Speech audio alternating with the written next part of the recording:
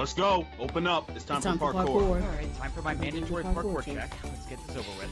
You're late. You know the deal. You know, you can do the one block jump for the raw chicken. Just me? Or you can is it attempt just the me, one or block has the vertical jump for parkour the audio beat. gotten Parkour lower in quality? civilization, no one chooses to jump for the beat. Y'all hear that? Better to be safe and do the one block jump. Like, for I the swear it chicken wasn't that rather country. than risk Oh, your actually, entire no, life you know for what? just Now I say it. $100 I was gonna say I swear it Tomorrow, wasn't that crunchy better before, but I not think I be actually late, or you'll compressed be it so doing that it would two take up black less jumps space in my punished. PC. Yes, sir. That's probably Sorry, what it I is. won't be late next I'm time. sorry, you won't get your entire Us episode of parkour Parkour moves Civilization, only the get better once a day. Overstimulation One piece of Chamber, raw in chicken full just enough to get HD to the audio next day. anymore. I know, it That's must be the really life of hard. I'm parkour such a cool streamer. civilization. If I'm you so want mean to to you guys. survive, you have I'm to so mean to you parkour. guys. I don't know how you put up with me, Parkour honestly. noob has the same goal, and that's to Honestly, make it it must to be the hell. top layer where all the be for parkour real. pros live. Except most parkour pros are born on the top layer. If you're a parkour noob, there's only... Anyway, there I am. Hello, hi. The overstimulation chamber is not nearly overstimulating. Yeah, I know. I mentioned this before. I've been meaning to update it for a while because ages ago, I kind of a lot of the files that I used to use for the overstim stuff, I accidentally deleted them when I was clearing out my PC, and getting rid of a bunch of old stuff. So we need to update it. I need to sit down and update it. Maybe I'll do that as like a little treat for me later. But I've got a really busy day today actually. Because I was gonna say maybe I'll do it after stream, but today I'm like what's it? Like, it's 2 right now. I'll probably end around 5 p.m. like I did last time, so we'll only do, like, 2-3 hours. But, like, right after that, I've got an appointment. Well, no, I've got groceries coming at, like, 6. Well, I think at 5. I think I've got groceries coming at 5. And then an appointment at 6. And then I've got to go do a work call after. So I've got a bajillion things. But hello! Good morning! Hi! Hello! Are you guys excited? Are you excited? Because I'm excited. I'm really excited to play DDLC again. I've been waiting. I'm so happy to play DDLC some more. I'm so excited. I'm so hyped. It's 2 for you. 2 p.m. Yes, because I'm British. But let's open DDLC.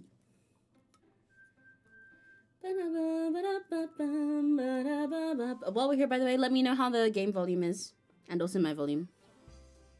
Is the game too quiet or loud or anything? I think I noticed looking back in my vaults last time that the music felt a little quiet to me. But I know the sound effects are pretty loud too. How's it sounding? Does it sound all good? I need to put some lip balm on when we're doing this. I'm getting ready for voice acting. I'm prepping my lips. I'm getting my lips all kissable, ready for 𝘆cie. I've just done my skincare and everything. I got those little spot patches. You know, those like little stickers that are meant specifically to put on your spots, so you don't touch them and they go away. I got like star color ones. They're very cute. Okay, which of these is my latest save? I guess it's this one. Because these are all from when I played for myself, I suppose. And this one's 4 p.m. Well, like 5 p.m., yeah. So we ended. Oh, I forgot that we ended right on poem time. What order are you going for? At the moment, 𝘆cie. I have played this game before. Wait, hang on. My little more. But yeah, for any pony, any gachi who doesn't know, I have played DDLC before. In fact, I've been a long time, big fan of DDLC. Ever since it first came out. I played it way back in the day, and I've been a fan since. But it's been a long time since I actually played it, so it's still nice and refreshing to actually go through everything for me. So I won't be spoiling everything. I meant to put that in chat as well. I meant to pin a little message. I won't be spoiling things that are going to happen, but I do know what's going to happen for the most part. But my usual way of playing, I'm generally a 𝘆cie stan, although I also love Sayori. I think Yuri's amazing, as with every character in this game. I think they're all incredible and I adore them, but she's not usually the one that I play for. I think there's a lot of other people who play for Yuri. I'm a 𝘆cie truther. But I do like to spend a lot of time with Sayori at the start. You know. I like to spend time with Sayori first. She's my childhood friend. Play the first half and then give up. Oh, well, you'll get to see the rest of it through here. Missed out on the simulation chamber. What happened? Oh, no, you'll see it some more. You'll see it some more sometime. You'll see it when it's overstimulating again. I only pull that out when I need to. But yeah, okay. If I remember right, any gachi who was here last time, feel free to correct me. But if I remember right, we made a poem for 𝘆cie, right? Or did we make a Sayori poem? I think we made a Sayori poem. I don't remember. I think we made a Sayori poem, but I'm not sure. Because I'm aiming 𝘆cie's route overall. But I like to do Sayori first and then 𝘆cie, because you kind of get a chance to change halfway through. Made a Sayori poem. Okay, I'll make another Sayori poem then. Because I love seeing all of 𝘆cie's little scenes, but she can also have her moment later. Let me put my glasses on so I can lock in so we can get seriously writing. Did you guys like my little blackout poem after last stream as well? I decided with last one that after each of the streams I'll make my own little poem. But I decided to do blackout poetry, where I just take the poems that we got in the game and make something out of those. It was really fun. I haven't done blackout poetry in ages. I like forget you're British sometimes. It's okay. It's okay. I know everybody does. Okay. Well, let's keep on our Sayori route then. Strawberry Awesome. Kawaii is obviously Natsuki. I think Anxiety... Actually, no. Anxiety is Yuri's. I feel like I remember that one. Unending is definitely Yuri's. Vitality and Infinite sound like hers.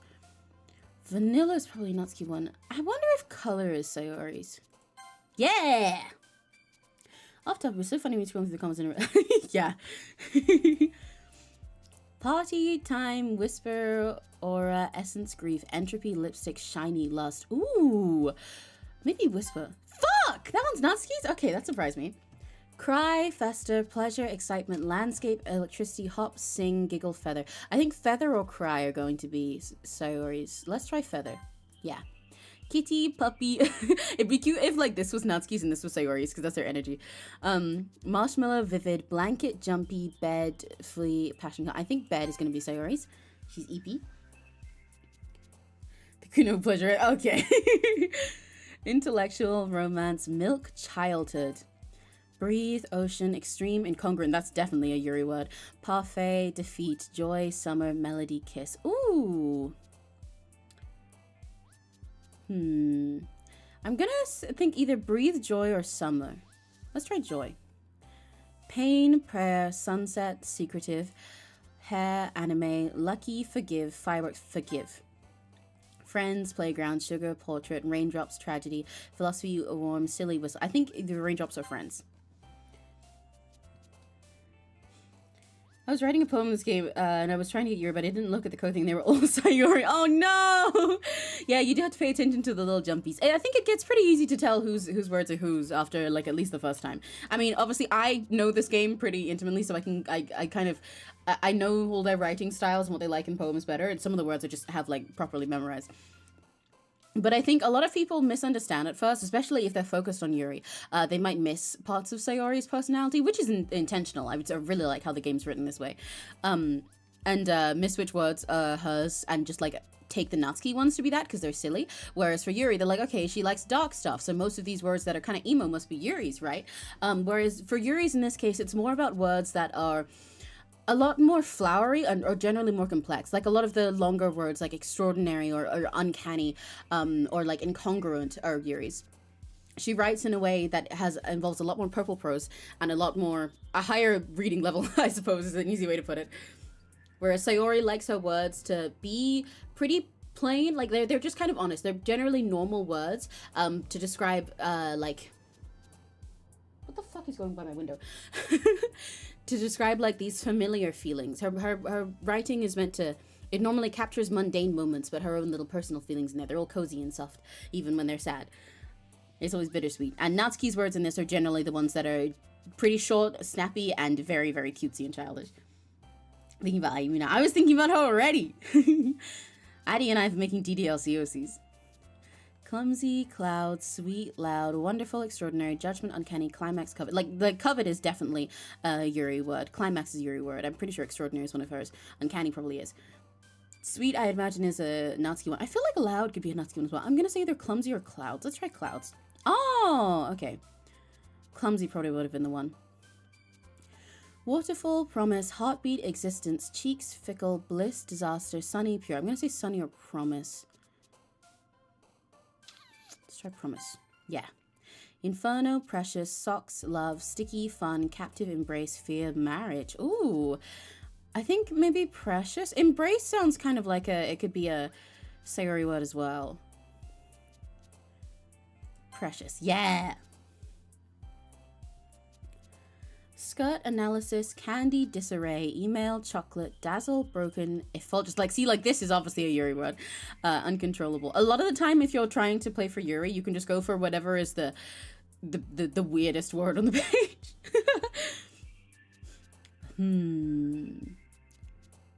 But yeah, I like thinking about their writing styles this way, because even though this one is a pretty simple little game, there's so much thought into the actual literature of this game, which I know is kind of obvious because it's called Doki Doki Literature Club, but there's just so much love put into it. Their writing styles feel so genuine, like they're real people with these feelings.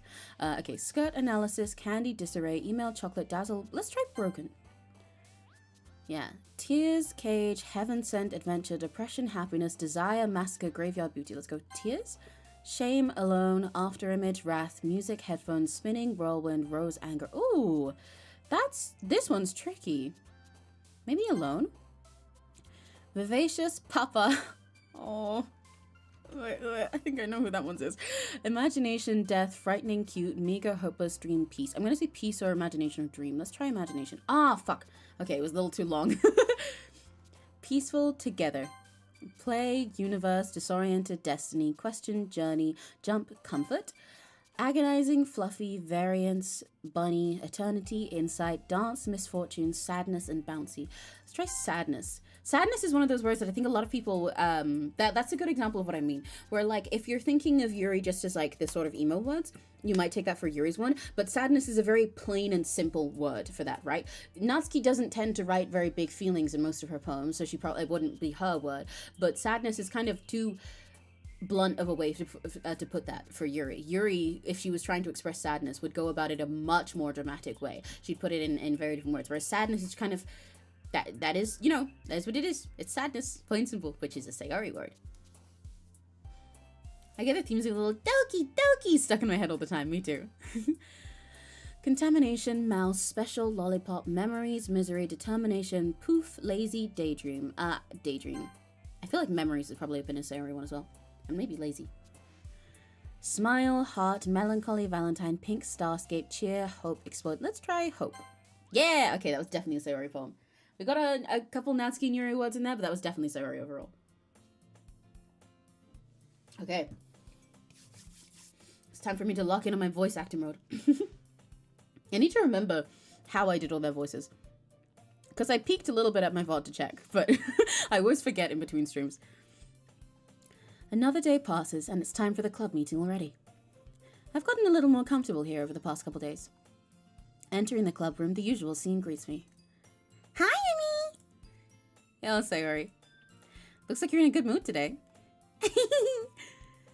I'm just still not used to you being in the club, that's all.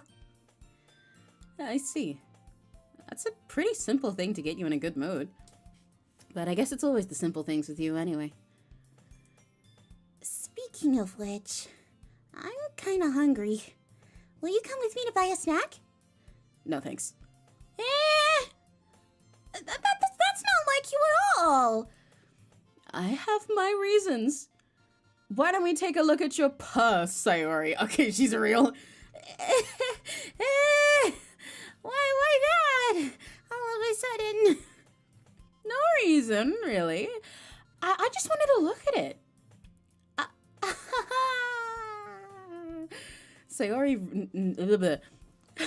Sayori nervously retrieves her coin purse. She fumbles with the latch and gets it open. Then she turns it upside down and lets its contents spill onto the desk. Only 2 small coins fall out.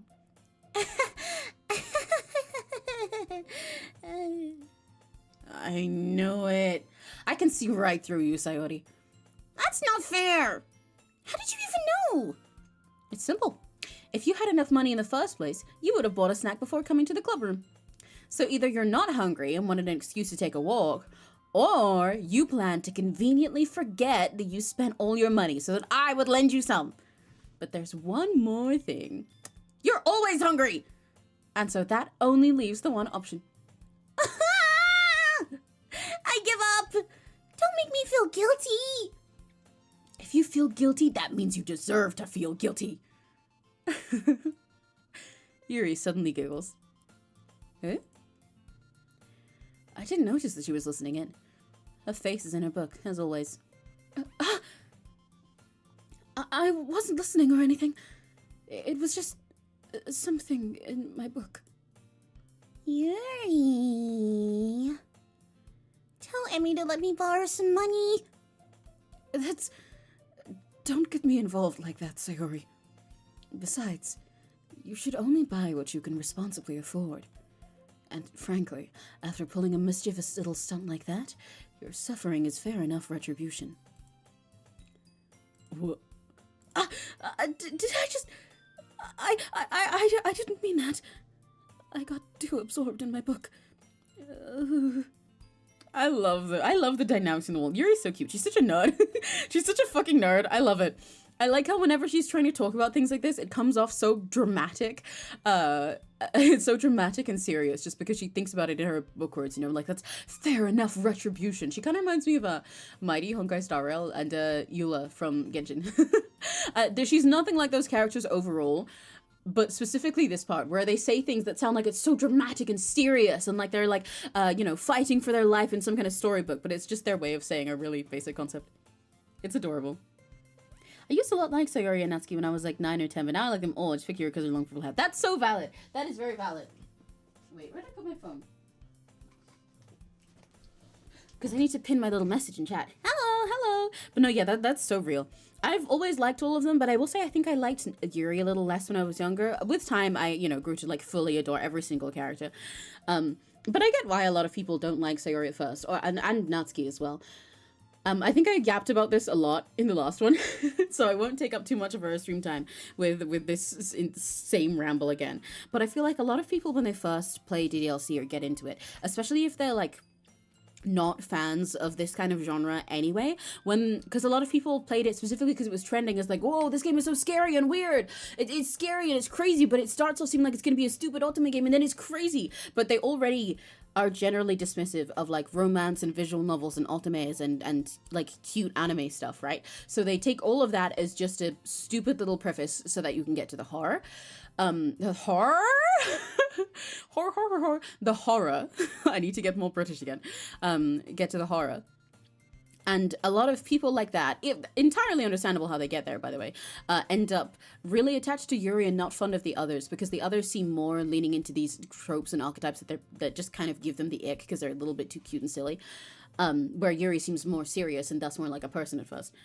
But if you let yourself get into it and you go into it with good faith, they're all wonderful characters that have just as emotional writing, and I really love it. And I love the dynamics between all of them in the club as well. They're such cute girls. I want them to be happy together forever. Okay, let me pin my little message. Hang on. I'm gonna pin a little thing in chat real quick.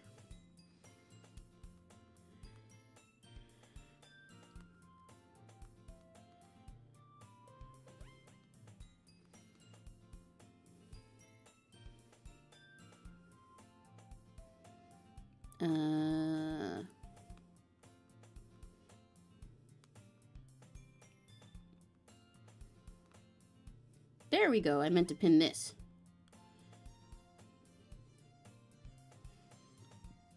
Okay. Anyway. I really like when you speak your mind, Yuri. It doesn't happen much, but it's a fun side of you. That's... I did point this out last time as well. I love the stupid little... You can really tell when a writer is someone who watches a bunch of subbed anime and that's where they got their writing style from, by the fucking... That's... There's no way you could think that. You were right, though. I did something bad, and now I have to accept the revolution. Retribution. Bad! Still, coming from you, 𝘆cie, I guess there's a little devil inside of all of us, isn't there? Don't let her fool you. 𝘆cie knows exactly what she's doing. After all, she told you guys she was bringing me to the club before she even told me. But you wouldn't have come if it weren't for the cupcakes. So I had to trick Natsuki into making them. Come on, give me more credit than that, 𝘆cie. Out of nowhere, something smacks 𝘆cie in the face and tumbles into the desk. Yeah! Ow! What would... A cookie! Sure enough, it's a giant cookie wrapped in plastic. I wish someone would do that to me. I want a cookie so bad right now. Not cookie is a bad word here. I want like a treat so bad right now. I'm thinking all morning, oh, I wish I could have like a pastry for breakfast. I want to go get like a dessert or something. I want chocolate. I want cake. I want cookies. I do have a cup of tea with me. I have my little ginger, honey, and lemon tea from my throat. But I want cookies. I want cupcakes. I want to have cupcakes while we play, like just like in the game. Cookie, thank you. Sayori glances around. Is this a miracle? It's because I paid my restitution! Retribution. Actually, that one almost worked.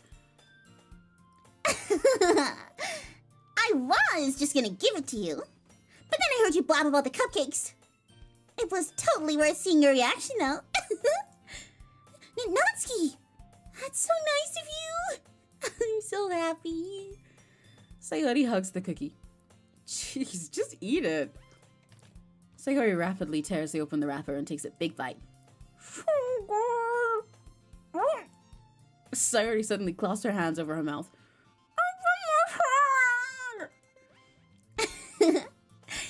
You're going through a lot over just one cookie. Natsuki takes a bite of her own cookie. Yours looks really good too, 𝘆cie. Can I try it? Jeez. Beggars can't be choosers.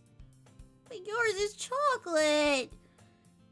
Yeah, why do you think I gave you that one? She's real as fuck. she reminds me of my little sister's kind of like this. This specifically, where it's like they'll give you something nice and be like, yeah, but you got the worst one though. And it's like, okay, I mean, fair enough, but damn, okay. Because I feel like with a lot of people, it's like if they have something they want to share with someone else, right? They'll try and give them the better part or like the bigger piece or something like that.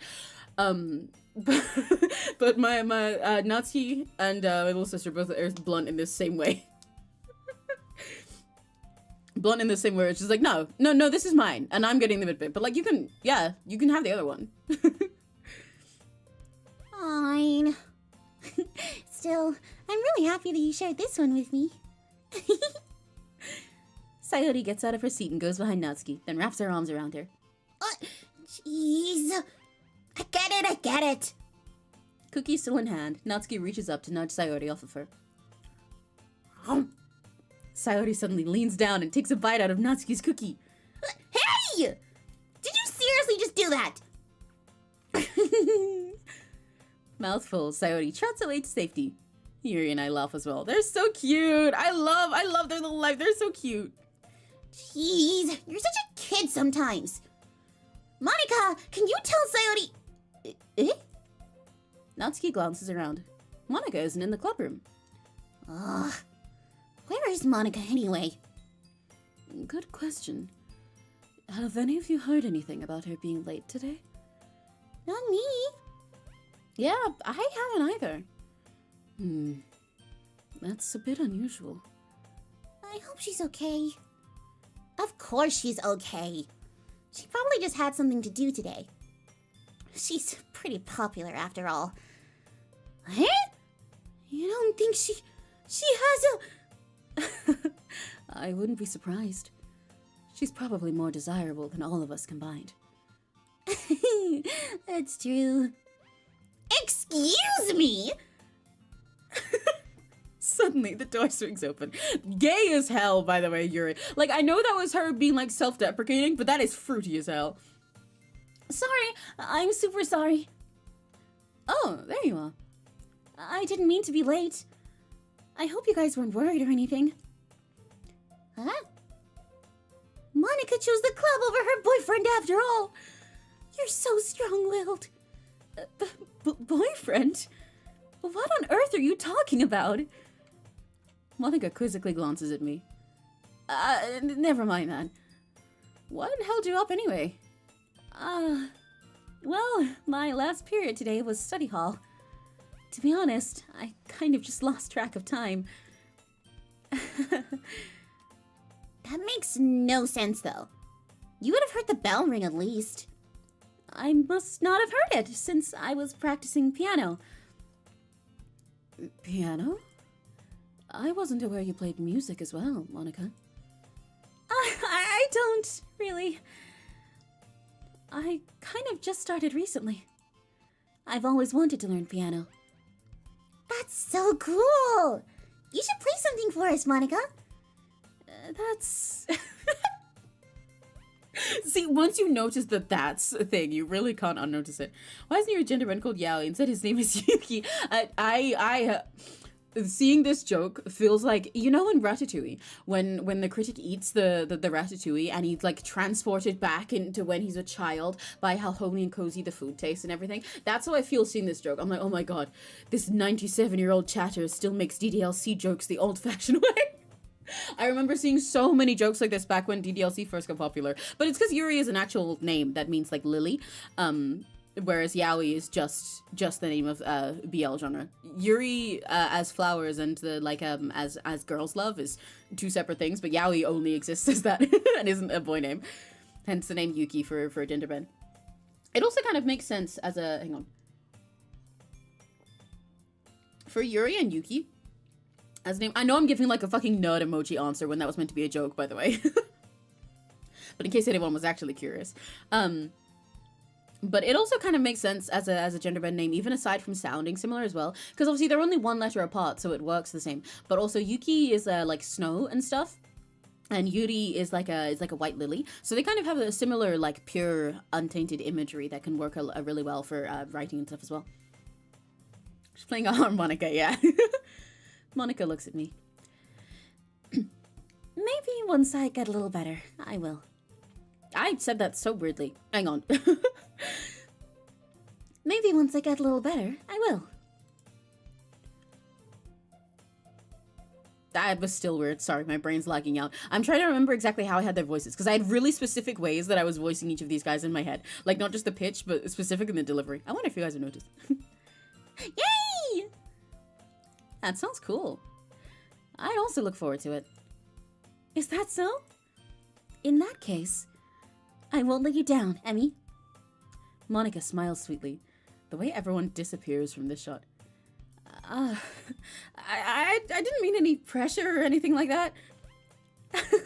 Don't worry. I've been practicing a whole lot recently. And I'd really love the chance to share once I'm ready.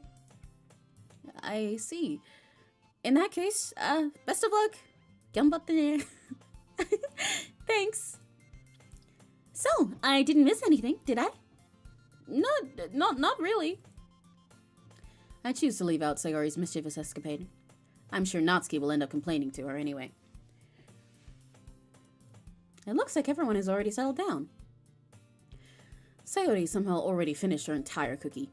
Yuri is back to her book, and 𝘆cie disappeared into the closet. Emmy! Emmy! Hang on, I got something stuck in my throat. Hi, hello! I always like the art style of the game. Yeah, me too. It's really pretty. Hang on.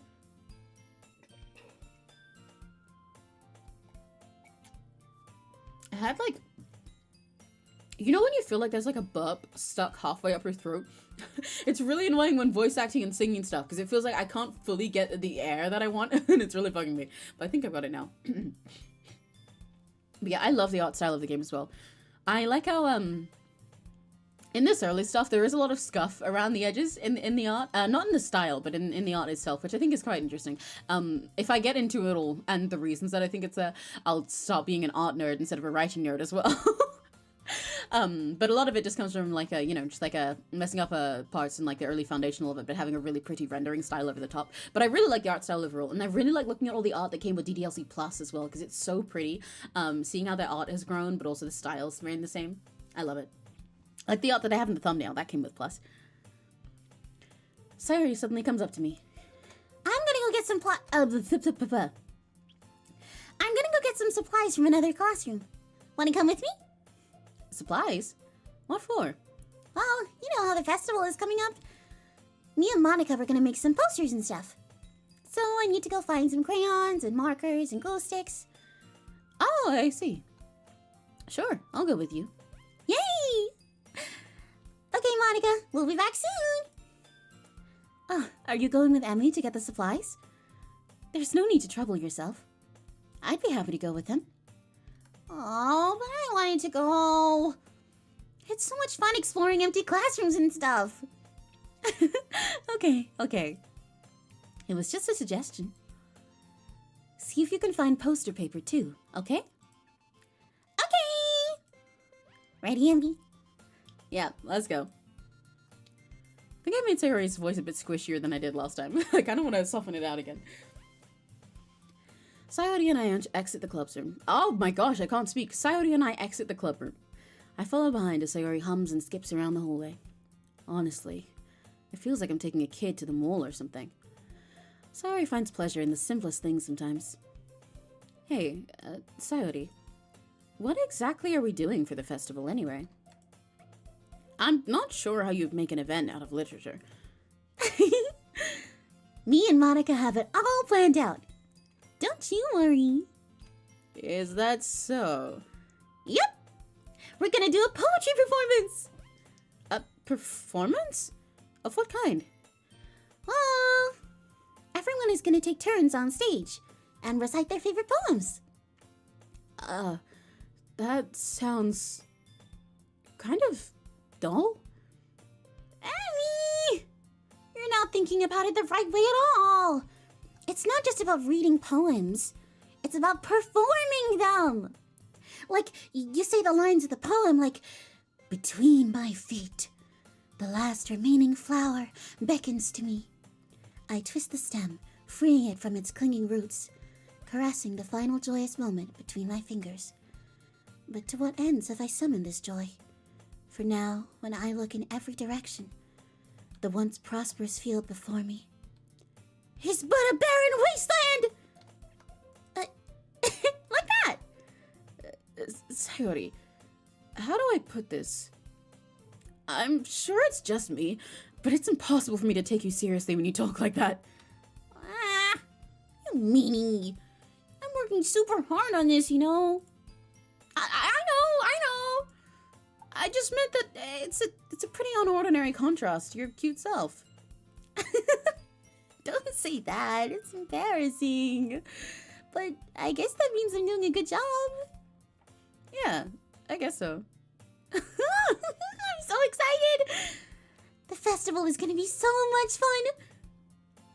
Sayori spins herself around in the hallway again. Hey, Emmy, this classroom over here is empty. Let's begin the mission. Mission, huh?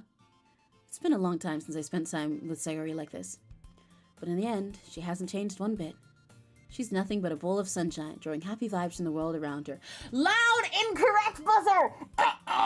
Okay, I know why the MC thinks this way. But I think something that I think is really interesting about this game, especially upon playing it back when I've already played it before, is noticing all these other aspects of their personality that have been there from the start, but they just don't quite... You might not pick up on, especially because the player character generally doesn't at first. And I think it's interesting seeing other people's reactions to it for this reason as well, when some of them don't notice it, especially when they're like new players who came into it not thinking about enjoying this kind of game altogether and taking it seriously until it got scary. But yeah, I love noticing in these parts how there's this big contrast between the silliness that she presents herself with most of the time and her serious writing. And the MC often takes it as like, yeah, no, I can't take you seriously. It's really stupid. But I think even that it's kind of a little bittersweet, you know? The idea that they can't take her seriously when she's saying stuff like that. And like, yeah, she does say a little bit silly. It sounds a little bit odd coming out of her when right before that she was spinning around and like having cookies thrown at her and thinking it was a miracle. But you've read her poem. We read her first poem. She's a very genuine person. And she has a lot of real thoughts behind it. It's just that she makes a point of enjoying the simplicity of life, you know? You can kind of feel that she does it on purpose. And it's not even that it's fake or something. She likes to enjoy little simple things in life because when she thinks too hard, a lot of her thoughts are heavier. But so she enjoys little simple things, like with her last poem that just ended with, I want breakfast. After all of that stuff about the sun gently caressing her awake and giving her a reason to get up in the morning, and it was like, it felt all slow and almost yearning for the morning. There's just like this slow, sleepy pace of feeling like, okay, I need to get up. It's another day. There's something wishing for me to come and cheer it up and go on the day. And there's just, I want breakfast. And whenever she's talking with the others in her life, or she's just focusing on like, maybe I'll get a snack, I'll get something to eat, or I'll go hug one of the other girls, or talk about them. She just goes through all these motions that feel nice and give her immediate little happy feelings, bit by bit, step by step, day by day, and enjoys her life simply that way. Even though you can see that she has bigger thoughts underneath that. And I think that's so sweet. She's such an interesting character. I love Sayori. I love her so much. But anyway, she's nothing but a bowl of sunshine, drawing happy vibes from the world around her. It's a pretty nostalgic feeling for me. As the years went by, I began to hole myself up in my room more and more. So going adventuring with 𝘆cie brings about a special sort of feeling I forgot I had in me. The two of us enter the classroom. Hang on.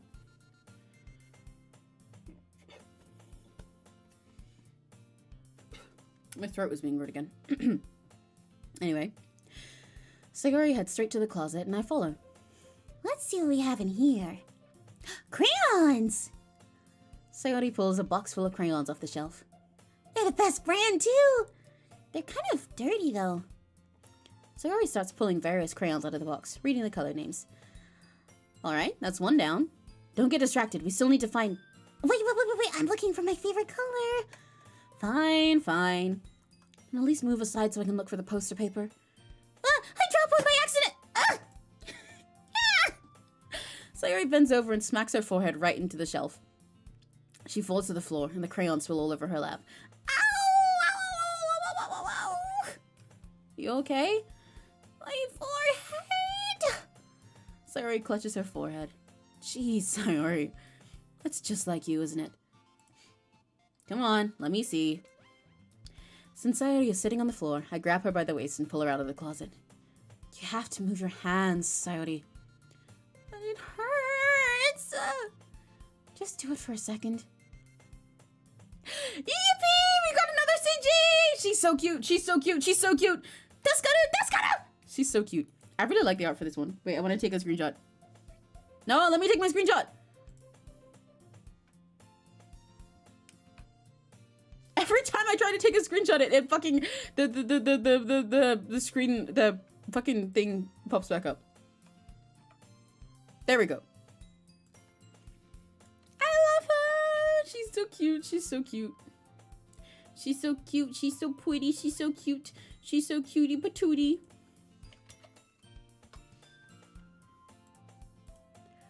𝘆cie slowly releases her hands from her forehead. I love her color palette as well. Her hair is so cute. I love the peachy color with a big red bow. I gently brush her bangs to the side.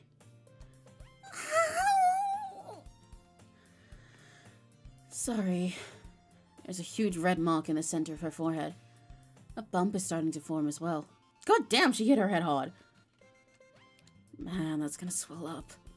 I should find you some ice. Where would I even find ice around this time? I guess a cold drink would do? You don't have to. I'm fine with looking like a unicorn. Even wincing from the pain, 𝘆cie makes a silly joke. What are you saying? I'll be right back, okay? Okay. I pat 𝘆cie on the shoulder and run out into the hallway. I locate the nearest vending machine. What should I get? It doesn't really matter since it'll be used as an ice pack rather than to drink. But I know 𝘆cie likes apple juice, so I purchased that one. In just a moment, I'm already returning to the classroom where I left 𝘆cie. She has one palm on her forehead and is using the other hand to clumsily scoop crayons back into the box. At least they were already in the wrong spots before I spilled them. 𝘆cie, here. I hand 𝘆cie the bottle of apple juice. That's a big bottle of apple juice to have in a school vending machine. That's crazy. It's nice and cold. 𝘆cie opens the cap and starts drinking from it. 𝘆cie, what are you doing? It's for your forehead, idiot! Sorry, I forgot. How hard did you hit your head? 𝘆cie places the bottle against the bump on her head. It stings! Just bear with it. It'll feel better soon. Looks like you cleaned up most of the crayons, so that's good. Hey, Emmy? This kind of reminds you of growing up, doesn't it? Huh? What do you mean? You know how we used to play outside all the time? I would always try to keep up with you. You were kind of oblivious in some ways. Like, I usually fell behind or had trouble climbing on the things you did. But sometimes, when I tried to do things I couldn't, I'd get myself hurt. I'd fall and scrape myself or get a bump. And I would start crying really hard. And you would rush over as quick as you could. You'd try really hard to get me to stop crying. It was almost like you blamed yourself and were afraid of getting in trouble if someone found out. Even though it wasn't really your fault at all. Fuck, I ruined my flaw. I was gonna say as well, she reminds me so much of Minori Kushieda from Toradora. I'm biased because Toradora is one of my favorite shows of all time, but Sayori is very Minori coded. And including in the way that they seem so silly, ginky, stupid to most people, but actually have a whole bunch of details inside. And they choose to be this way for the sake of their lives. She's very Minori coded. Even though it wasn't really your fault at all, you know? Did I really do that? Yeah. You don't remember? Come to think of it. Oh, wait. Come to think of it, maybe I do remember a bit. I guess I was always so focused on my games that I didn't pay enough attention to you. So, in a way, it was my fault. Kind of like this time, too. If I wasn't rushing you out of the closet, you probably wouldn't have hit your head. Emmy. I don't think you realize it, but you're always thinking about other people. Even after all these years. You're rushing to help me, even though I'm just being clumsy. You're really a sweetheart. Don't call me that. I don't really do this kind of thing all the time. I guess when it comes to you, it just feels natural. Before I even know it, I'm treating you like that. I guess that's what happens when you've been friends for so long. Really? Maybe you're right. Emmy, I'm so glad that nothing's changed between us. Do you think it'll be like this forever? Forever? If I'm honest to myself, there's no telling where we'll each end up for college or after that. So it wouldn't be fair for me to make any promises. But, well, I hope so. It's been this long already, right? I can't imagine you ever changing, so my hopes are up.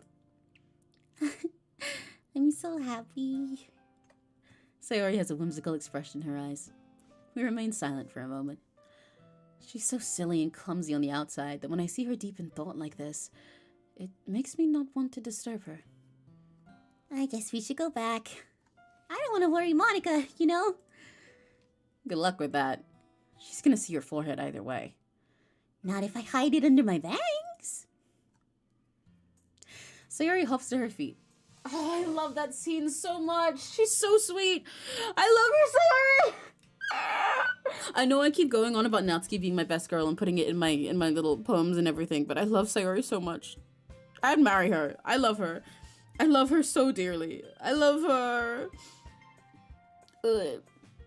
Sayori hops to her feet. She clutches her forehead again. Don't stand up so fast after hurting yourself. Well, I guess it's too late now. Anyway, let's go. I follow Sayori out of the classroom. She plays with her bangs to try to hide the bump, but without much success. In a moment, we make it back to the club room. Ah, you're back! Good timing. I was just about ready to start sharing our poems. Sayori, your forehead. She's fine, don't worry about... I was playing with the crayons and smacked my forehead into the shelf. Well, anyway, were you able to find everything we needed? Uh-huh, I have it right. Sayori frantically glances around herself. Huh? I forgot all the stuff! Calm down, Sayori. I have it all right here. I found the poster paper, too. Sounds like you ended up doing all of the work, Emmy. Well, Sayori... I failed to come up with an excuse for Sayori. I made it an adventure. Yeah, that. Okay. In any case, good work. I'll start working on the posters tonight. Me too. Okay, everyone. Are you ready to share your poems? I guess I should grab mine. After making sure the crayon box is closed tightly, I return to my seat. Yay! That was a very interesting little scene. I wanna yap about the way that I've been voice acting these guys in regards to their characters and everything that I know about them for the future, but I don't want to spoil it too directly. Okay, so as usual, since we've been writing for Natsuki, we're gonna start with Yuri, because Yuri does not enjoy Natsuki poems. Her situations will generally be short. Then we'll probably go, I think 𝘆cie and then Natsuki, and then Monika last. Yo, Uma. Umaina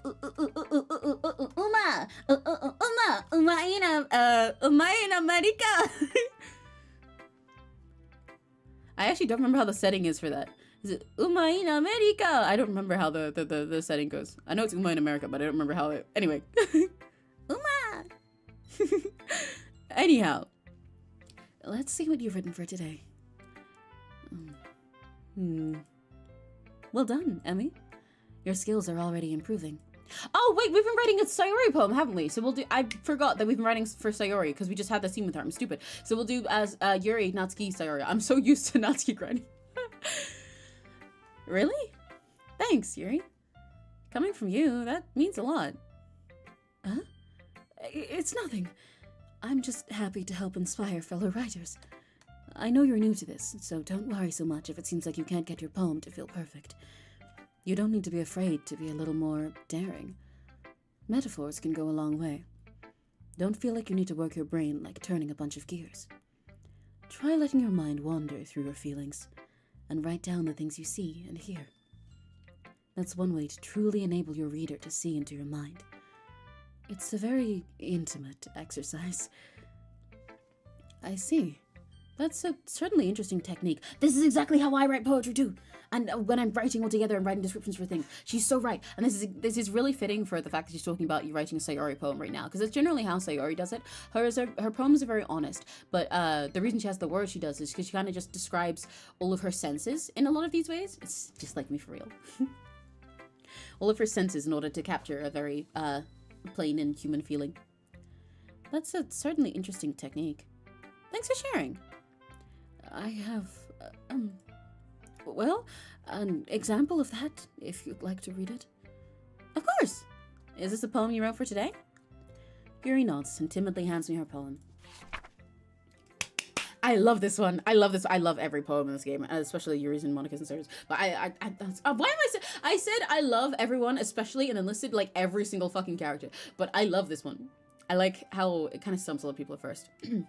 The raccoon. It happened in the dead of night while I was slicing bread for a guilty snack. My attention was caught by the scuttering of a raccoon outside my window. That was, I believe, the first time I noticed my strange tendencies as an unordinary human. I gave the raccoon a piece of bread, my subconscious well aware of the consequences, well aware that a raccoon that is fed will always come back for more. The enticing beauty of my cutting knife was the symptom, the bread, my hungry curiosity, the raccoon, an urge. The moon increments its phase and reflects that much more light off of my cutting knife, the very same light that glistens in the eyes of my raccoon friend. I slice the bread, fresh and soft. The raccoon becomes excited. Or perhaps I'm merely projecting my emotions onto the newly satisfied animal. The raccoon has taken to following me. You could say that we've gotten quite used to each other. The raccoon becomes hungry more and more frequently, so my bread is always handy. Every time I brandish my cutting knife, the raccoon shows me its excitement. A rush of blood, classic Pavlovian conditioning. I slice the bread, and I feed myself again. Whew! It is a raw emotional poem. It hits really fucking hard. I love it. You know, before I yap about this, for any of you guys that haven't read the poem before or don't get it, what is it that you feel about this poem before I go rambling? What does it feel quote unquote about to you? What emotions does it bring to mind to you? Because asking what you think a poem is about is obviously not quite how it works. In fact, Yuri was talking about that with her first poem. What is it? Ghost in the Light? Where, you know, it seems to at first glance like it's about a ghost, quote unquote, but it's a more metaphorical, and I find it about the sense of nostalgia. But the point is that you can kind of interpret it your own way. But yeah, I like this one a lot because it confuses a lot of people at first. But I think it's really direct in what it's actually expressing, and it's really raw feeling. I love it so much. But if any of you guys have your own takes on it, and do let me know. But it's really beautiful. I think the way this is, it's pretty clear that the raccoon is a metaphor here, right?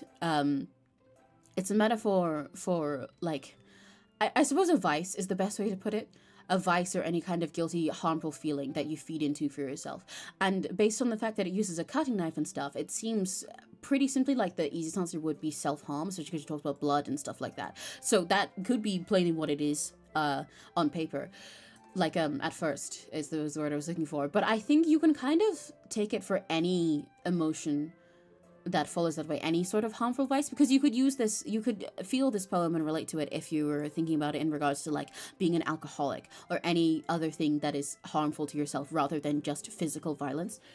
And I think in all of those ways, it's really, it's so hard. Treating it as this animal who just has simple feelings, you're projecting your own pleasure and relief onto it, you know? Because you know objectively when you do these kinds of things for yourself, when you feed into a behavior that you know is unhealthy, you know that it's unhealthy, you know that it's bad, you know that it won't do anything to change your situation, that you were just doing an action. But then as you become addicted to it, you convince yourself there are all these reasons for it. Oh, I need to do it because this raccoon is hungry, because this raccoon is following me around. But that is you developing an obsessive pattern, right? I need to do it, or it does this, and I will relieve myself if I do it. You know, the raccoon feels better, it feels joy, gets excited, or I need to do it because of this, and this is the only way to express this, and I'm not real if I don't do this, or I need to do this to fulfill this kind of social thing. Project those feelings onto a pain that you know realistically is unwise. But that's exactly what makes it all that more enticing. It's this way that none of this feels like it's something that she just gets joy out of. Like the moon shines onto her knife and it looks beautiful and it makes the raccoon excited and it seems like it's some kind of enticing thing with her emotions, but also at the same time it feels so melancholic and slow. It's just an act of feeding it. Which then ends also in her saying that she feeds herself. But it's just an act of feeding it. It's just something that is done in the dead of night while all she wanted was a guilty snack. I love it. She feeds herself and this raccoon in turn by wallowing in these feelings, by sitting in them and drowning in them over and over on loop. Because it also starts with her saying that she got it as a snack for herself, and then her attention was caught by this raccoon, by this urge that she could have just given up on. She could have gone back to bed, and ends with her feeding herself, where the rest of it in the middle all seemed like it was the raccoon. I love it so much. I love it so much. I could say that we've gotten quite used to each other. It's really a part that very much hurts too. Classic Pavlovian conditioning. That she's so like bitter about it, you know? It's almost like she's looking down on herself, because it's like, you know, a raccoon is just an animal. It's just a dumb animal that wants food. That's literally all that's happening here. If you're thinking any other thing about how maybe it loves you or it gets excited by this thing, then that is you projecting. Like when people, you know, look at an animal and they decide how it thinks and everything with human feelings, where someone else might look at it and be like, no, this stray cat that is outside your door does not have feelings specifically about you. It just wants food because you keep feeding it. This bird that is outside comes back because there is food here, and that's it. This raccoon just wants food. But because it's herself and her own behavior patternings, it's like it looks down on her own self in such a bitter way. Like she thinks this part is less, or she knows that it's stupid, that it's not necessarily stupid, but you know, that it doesn't achieve anything helpful for her, that it's not good, that she's just following the basic patterns that humans do, because humans do unhealthy and stupid things because they feel right in the moment. We give into those urges. We're indulgent. And I love it. It hits so hard. It's a really raw poem. This one really hurts in a very beautiful way. Whew, it's very close to home for in a lot of ways. Because I think you can just feel this one if you've gone through any sort of feeling of clinging to some unhealthy vice for yourself, no matter what it is, no matter how physical or literal it is. I'll read it one more time before we close again, as I did with the others. But yeah, the raccoon.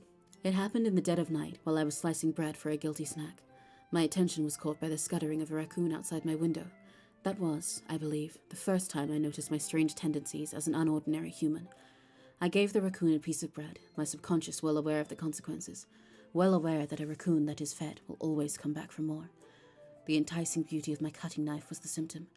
The bread, my hungry curiosity. The raccoon, an urge. The moon increments its phase and reflects that much more light of my cutting knife, the very same light that glistens in the eyes of my raccoon friend. I slice the bread, fresh and soft. The raccoon becomes excited. Or perhaps I'm merely projecting my emotions onto the newly satisfied animal. The raccoon has taken to following me. You could say that we've gotten quite used to each other. The raccoon becomes hungry more and more frequently, so my bread is always handy. Every time I brandish my cutting knife, the raccoon shows me its excitement. A rush of blood. Classic Pavlovian conditioning. I slice the bread, and I feed myself again. I like this part as well at the start. She kind of lays it out very plainly for you, literally. The enticing beauty of my cutting knife was a symptom. The bread, my hungry curiosity. The raccoon, an urge. Like, talks so bitterly about herself that she's just like, yep, that was a symptom. There was curiosity. This was an urge. There was no, the raccoon did not cause any of this. This was just me. These were all of exactly how this started. I know exactly the pattern that I'm getting into, and yet she still went into it. I love it. I love it. I love it. It's so good. Gotta go. Bye. Bye. Bye. Have a very lucky day, William Afton said, rotting corpse. I was a little more daring with this one than yesterday's. I can see that. I just take some of my drink. Hang on.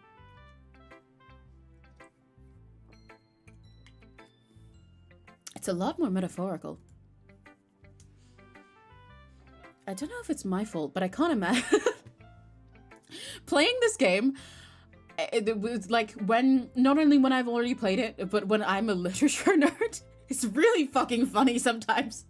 Because I yap all of this while looking at the poem, and then the MC goes, I don't know, I can't even imagine what this poem was about. And I'm like, no, I know. I know what it's about. Or at least I can imagine. I have my own thoughts on it. I would love to sit and have a conversation with each of these characters about their poems. But I do understand why the MC is the way that they are as well. Especially because for a lot of people going into this game, that is their reaction. Which is natural, and I like that. I like seeing that being other people's experiences as well. It's all equally valuable. But I can't begin to imagine what this poem is about. That's right. It's a bit closer to my preferred writing style. Using the poem as a canvas to express vivid imagery and conveying emotions through them. She's just like me for real. Yeah, if I take it at face value, then I can't even figure out what it's supposed to mean.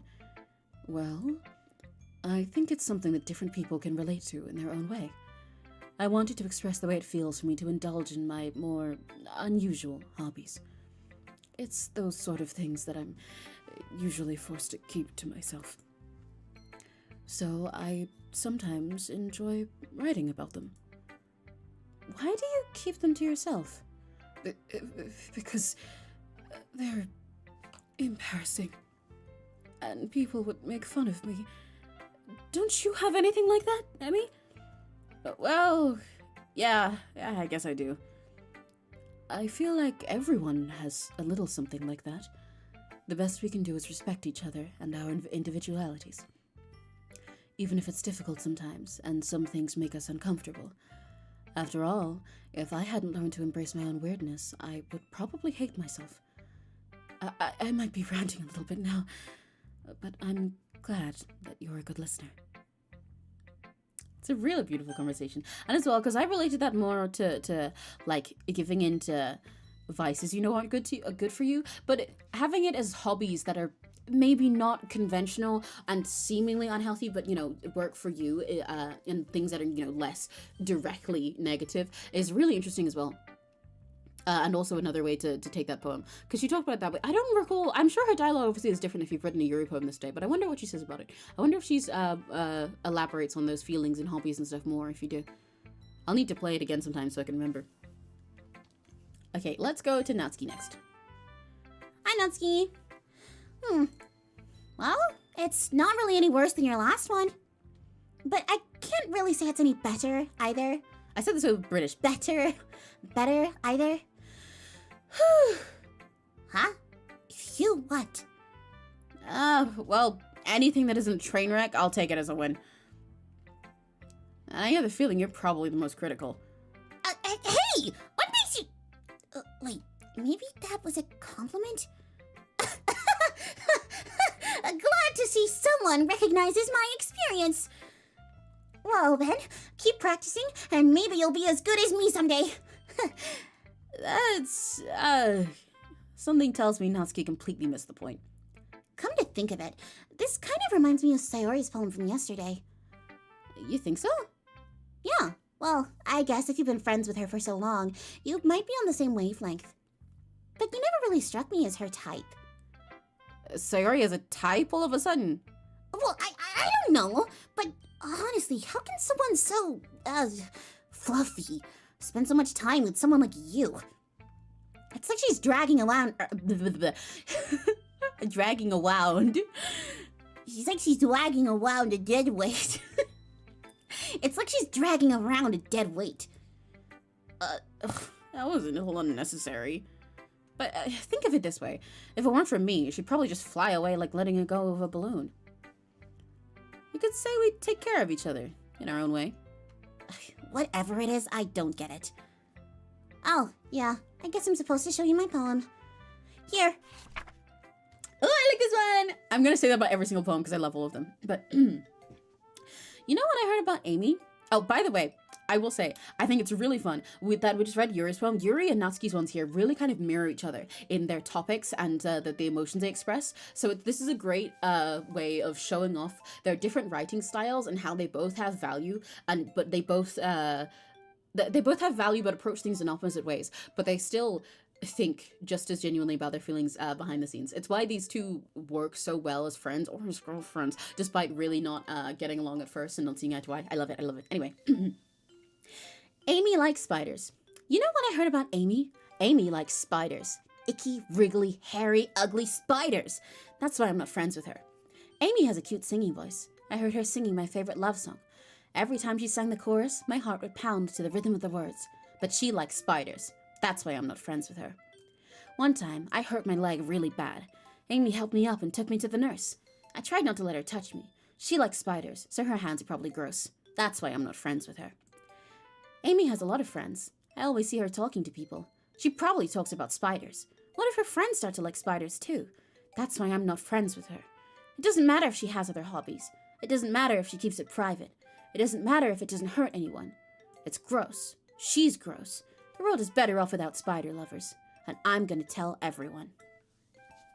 It's a banger! I love this. Because see, when people first see Eagles Can Fly... So I'm so passionate about these fucking poems. When people first see Eagles Can Fly on the first day, you obviously get straight away that Natsuki's writing style is generally simple. It's kind of childish, but not in the way that it feels like it's written by a child, but more like something you would find in books and poetry for children or for younger readers, right?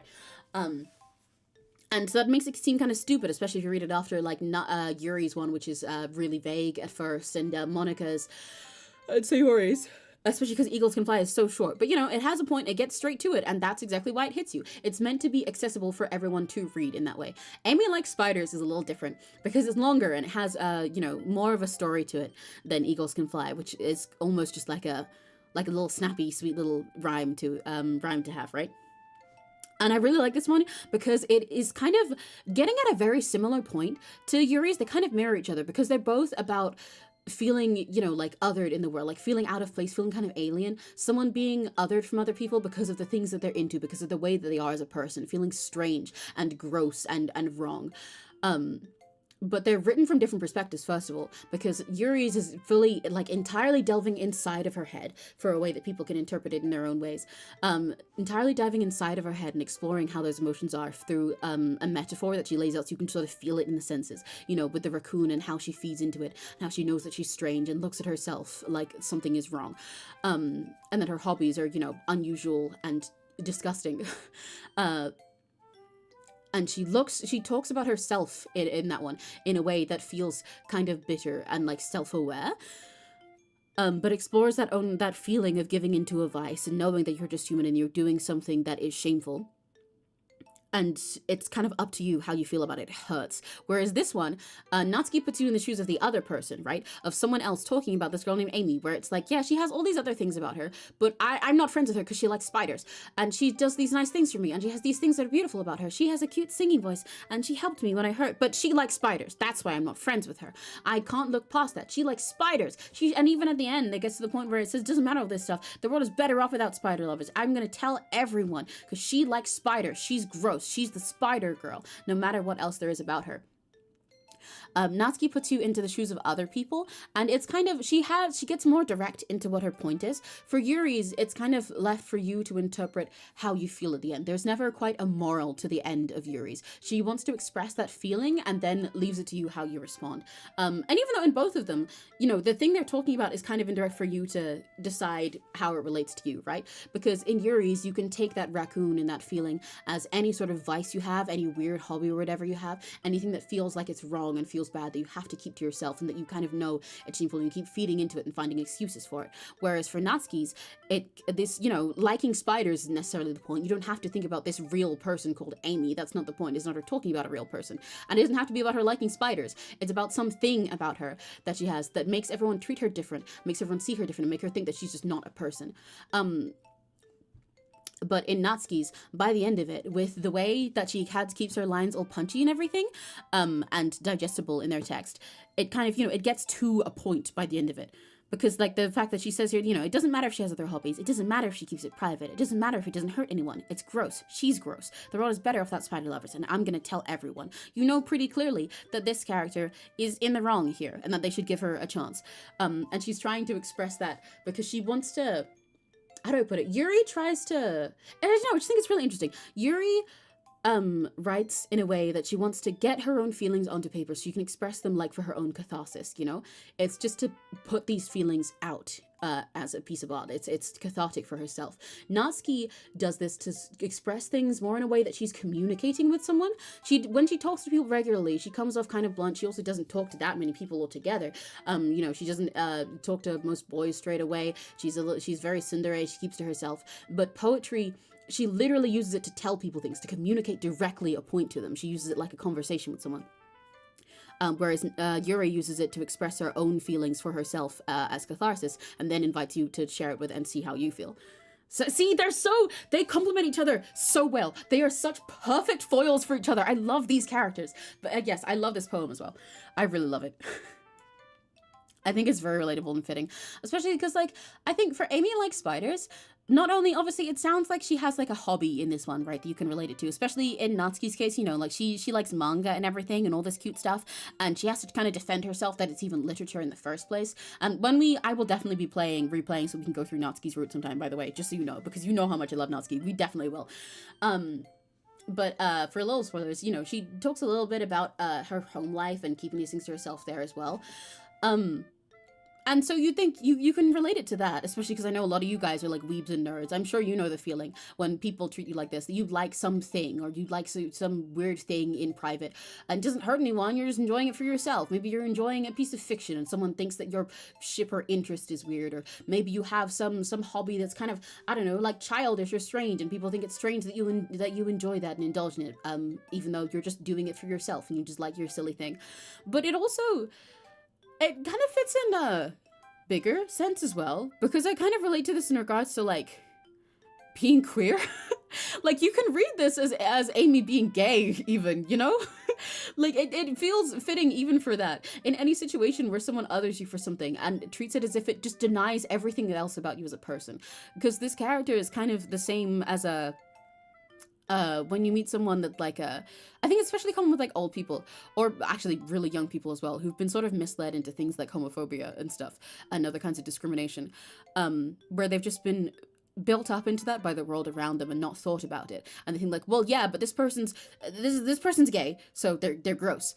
And yeah, they've helped me sometime, and they actually, I think we have really common interests, and we like the same things, and actually we have the same morals. And you hear from someone more and more as they talk about this person, it's yeah, no, we have the same thoughts in most things, we have the same morals, we have the same goals, we have the same hobbies, we do the same stuff. They go to the same stores that I go to, they like the same shows that I like, they live life all the same way that I am, they just also happen to like boys or be a different race, something like that. But that means they're wrong. That means they're wrong, and I can't be friends with them. I can't get along to them. It's, it really fits there, of this person just needing to let themselves learn respect, but they won't.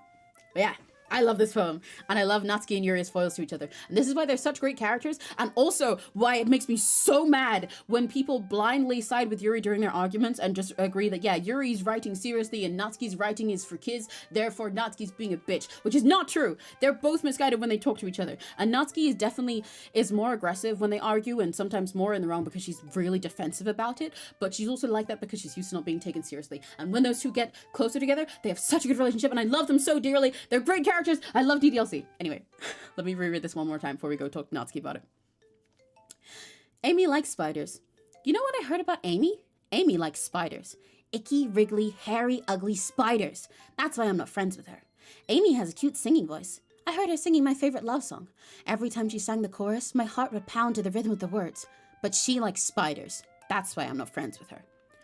One time, I hurt my leg really bad. Amy helped me up and took me to the nurse. I tried not to let her touch me. She likes spiders, so her hands are probably gross. That's why I'm not friends with her. Amy has a lot of friends. I always see her talking to people. She probably talks about spiders. What if her friends start to like spiders too? That's why I'm not friends with her. It doesn't matter if she has other hobbies. It doesn't matter if she keeps it private. It doesn't matter if it doesn't hurt anyone. It's gross. She's gross. The world is better off without spider lovers. And I'm gonna tell everyone.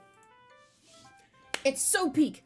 I think one of the best things about Natsuki's stuff as well, sorry, I'm rambling again, is I think the way people take Natsuki's writing, like I said, it's important that Natsuki's writing isn't childish in the sense that it feels like it's written by an amateur child. It feels like it's written so that even children could understand it. Like it comes from like a child or teen book, right? Or something you'd read in school. And I really like that about it because I think to dismiss Natsuki's writing like this is kind of the same as when people think that any media that is for children can't be meaningful. It's like when people think that if you like that there's no reason to like My Little Pony or Barbie movies or think that they're good because they're for kids, therefore they cannot be good media. But they're still, you know, made with just as much intent and thought behind them. They're just made in a way that even children can digest.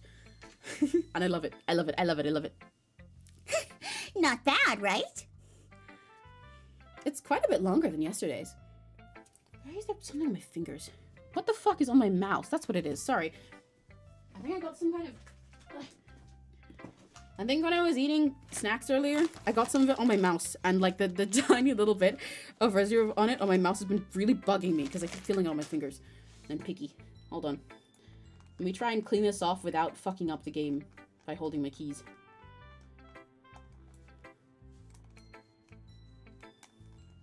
There we go. That's better. It's quite a bit longer than yesterday's. Yesterday's was way too short. I was just warming up. I hope you didn't think that was the best I could do. No, of course not. Anyway, the message is pretty straightforward in this poem. I doubt I have to explain it. Sometimes you can explain complicated issues with much simpler analogies, and it helps people realize how stupid they're being. Like, anyone would agree that the subject of this poem is an ignorant jerk.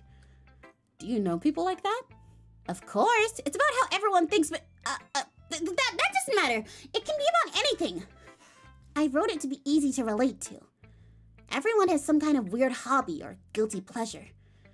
Something that you're afraid if people find out, they make fun of you or think less of you. But that just makes people stupid. Who cares what someone likes, as long as they're not hurting anyone and it makes them happy? I think people really need to learn to respect others for liking weird things. Huh, that's funny. Yuri wrote about something similar today. Huh? Did you say Yuri? Yeah. She said her poem was about an unusual hobby of hers. I didn't really get it, but she said something similar to you. That people shouldn't make each other feel insecure about those things. Really? Well, I mean, Yuri's pretty weird, so I wouldn't doubt that she has some weird hobbies. Not that there's anything wrong with that. It's not like I would judge her or anything. Natsuki has trouble finding words. I guess I should try not to be so mean to her. If she feels insecure about her weird behaviors and stuff. I mean, I always hate people who make me feel insecure. And Yuri made me feel insecure yesterday. But the way you put it, it sounds like she's learned her lesson. Well, I would say so. Even if her writing style is really different, I'm sure she'll appreciate the message in her poem.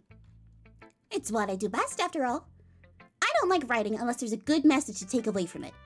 Like, conveying emotions is important, but I want to make people think, not just feel. Remember that. I'm gonna write a good one for tomorrow, too, so look forward to it. I love her. She's such a great character. See, she's not just an asshole. Her and Yuri just really struggle with seeing eye to eye at first because they're so different on the surface. But they have really similar thoughts and feelings deep down. And I love that about them. I really like how you get to see this more through doing this Sayori route as well. Because when you're on Natsuki's or Yuri's, it's really, you get a very biased perspective of them both. And they're more likely to argue and not talk much about the poems, especially Natsuki. But I love playing Sayori not only for herself, but for the way you get to see everyone, which low-key, now that I think about it, is really bittersweet in the way it is for Sayori, because she's always saying for herself that even though she loves you, what makes her happiest is you enjoying your time with everybody else. And when you play Sayori's art, you get to see the most of all the other characters and love them more. Whew, okay, whereas when you're on like Natsuki's or Yuri's solely, you kind of end up really tunnel vision into your girl and not spending so much time with the others. They don't attach to you as much, or they don't grow as much as characters on their own. They very much separate away from you until you're kind of pretty much just focusing almost all your time on them. Whereas with Sayori's, all the others still talk to you just as fully, and like Natsuki and Yuri still seem like they're developing little relationships with you here on the side. Fuck, I only thought about that just now. Man, I love this game. Okay, let's talk to Sayori next. I'm gonna keep Monika for last. I also need to take some of my drink.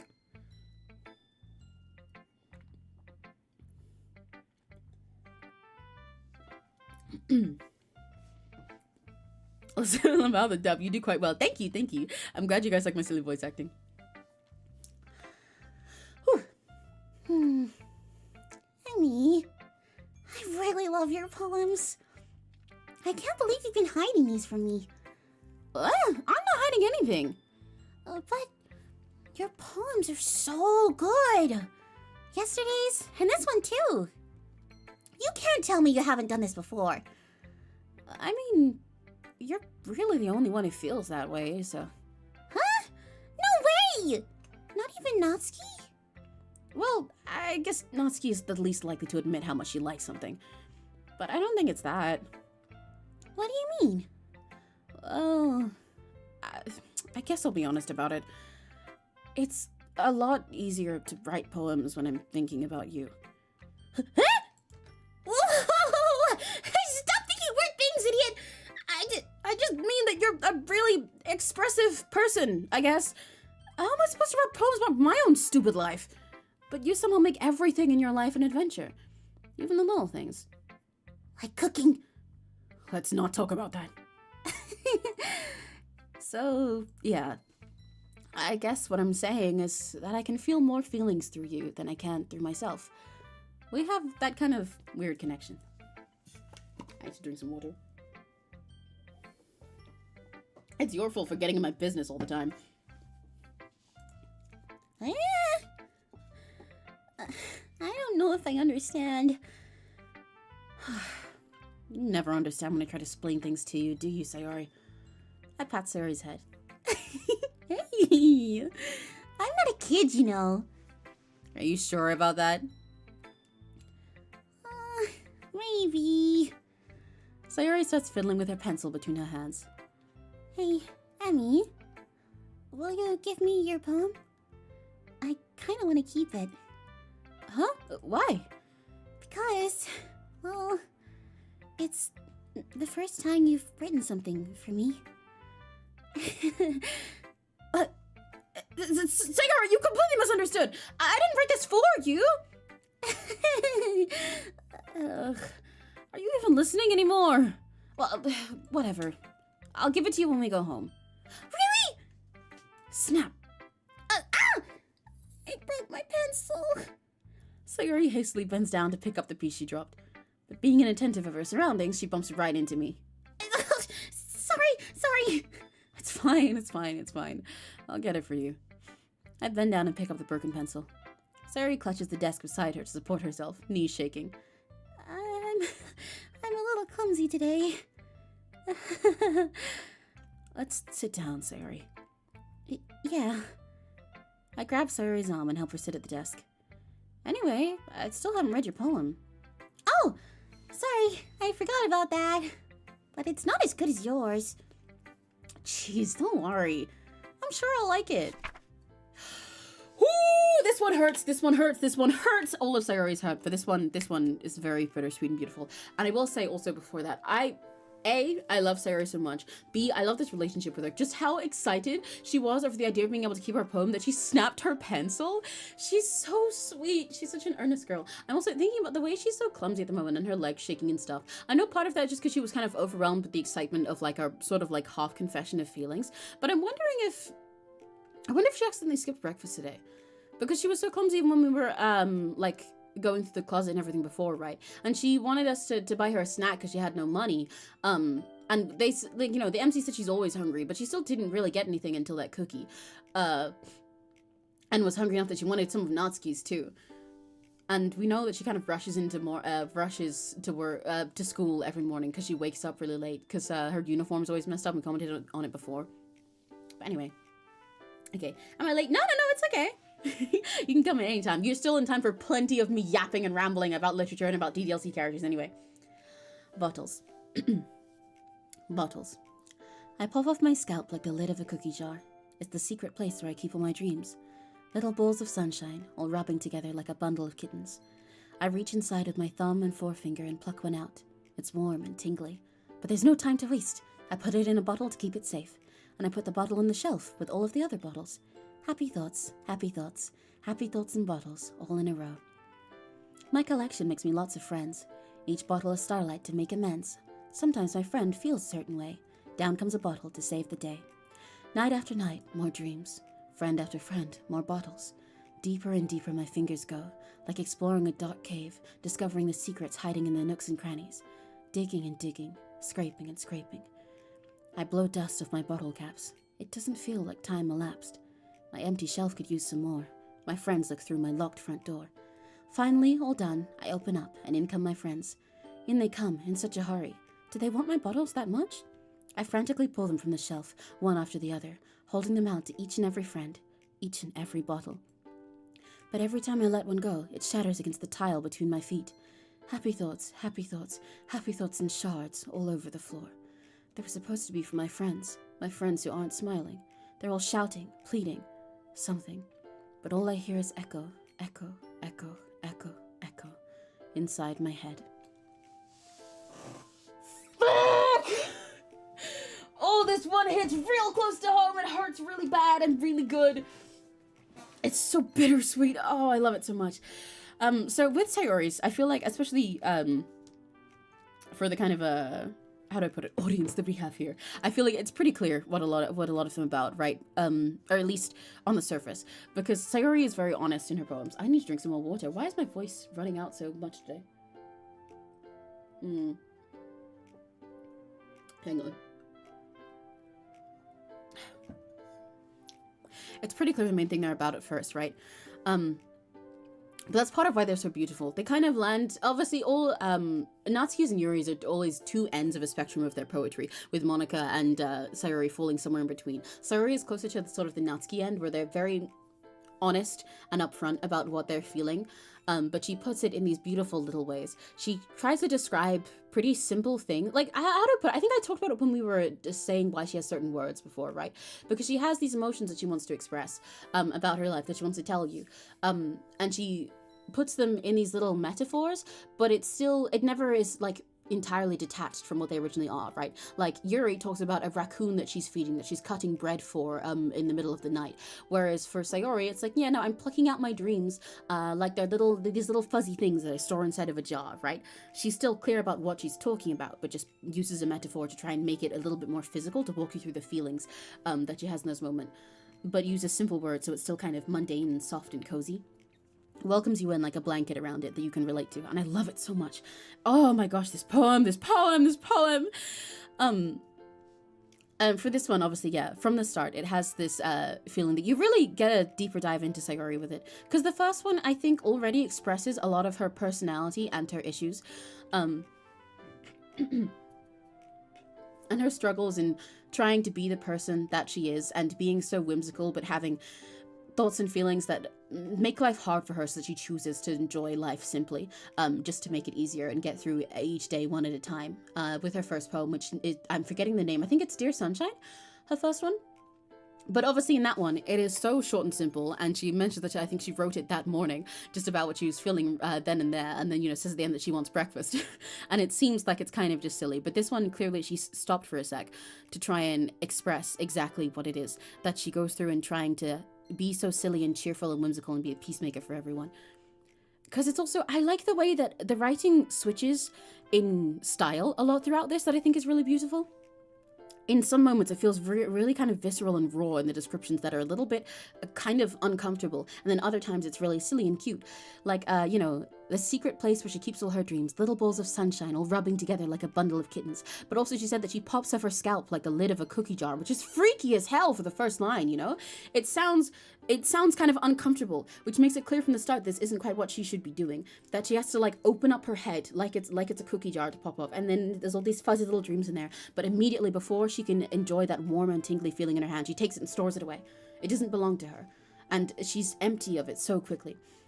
This part where it's like exploring a dark cave, discovering the secrets hiding in the nooks and crannies, digging and digging, scraping and scraping. The idea of reaching into her own scalp and scraping around in there is like gross in the perfect way. It's so uncomfortable to think about. She's turning her head into this horror and just to try and make everyone else feel happy and soft, you know? She's losing all of what else she had because she's just giving it all to everyone else. She wants to store all of these little happy feelings and this silliness that she has so that she can give it a gift for give it as a gift to other people. Your VA Sarah is beautiful. Thank you. I'm glad. I'm really glad. Thank you. So you can give it as a gift to other people and make it a treat for them.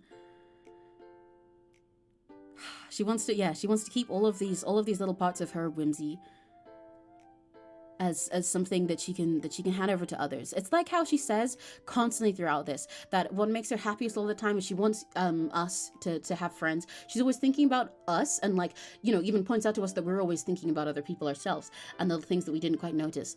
Her whole motive in getting us to join the literature club wasn't to spend time with her, but that she wants to make sure that we have friends one day and that we'll be happy and we'll do more and go outside. And it cheers her up seeing that that we're getting along with everyone.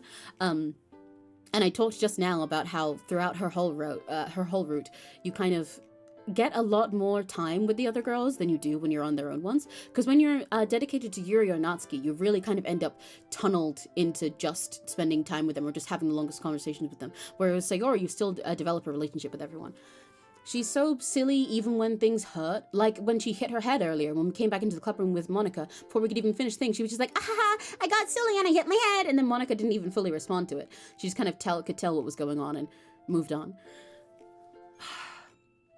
It's so beautiful. And also in its switching style, not only between parts that seem kind of more raw and a little bit horrific, but she plays, it feels almost like she learned this from Monika, which I really like, because her and Monika have a very close relationship, and they kind of learn from each other in their ways of guiding the others and interacting with people.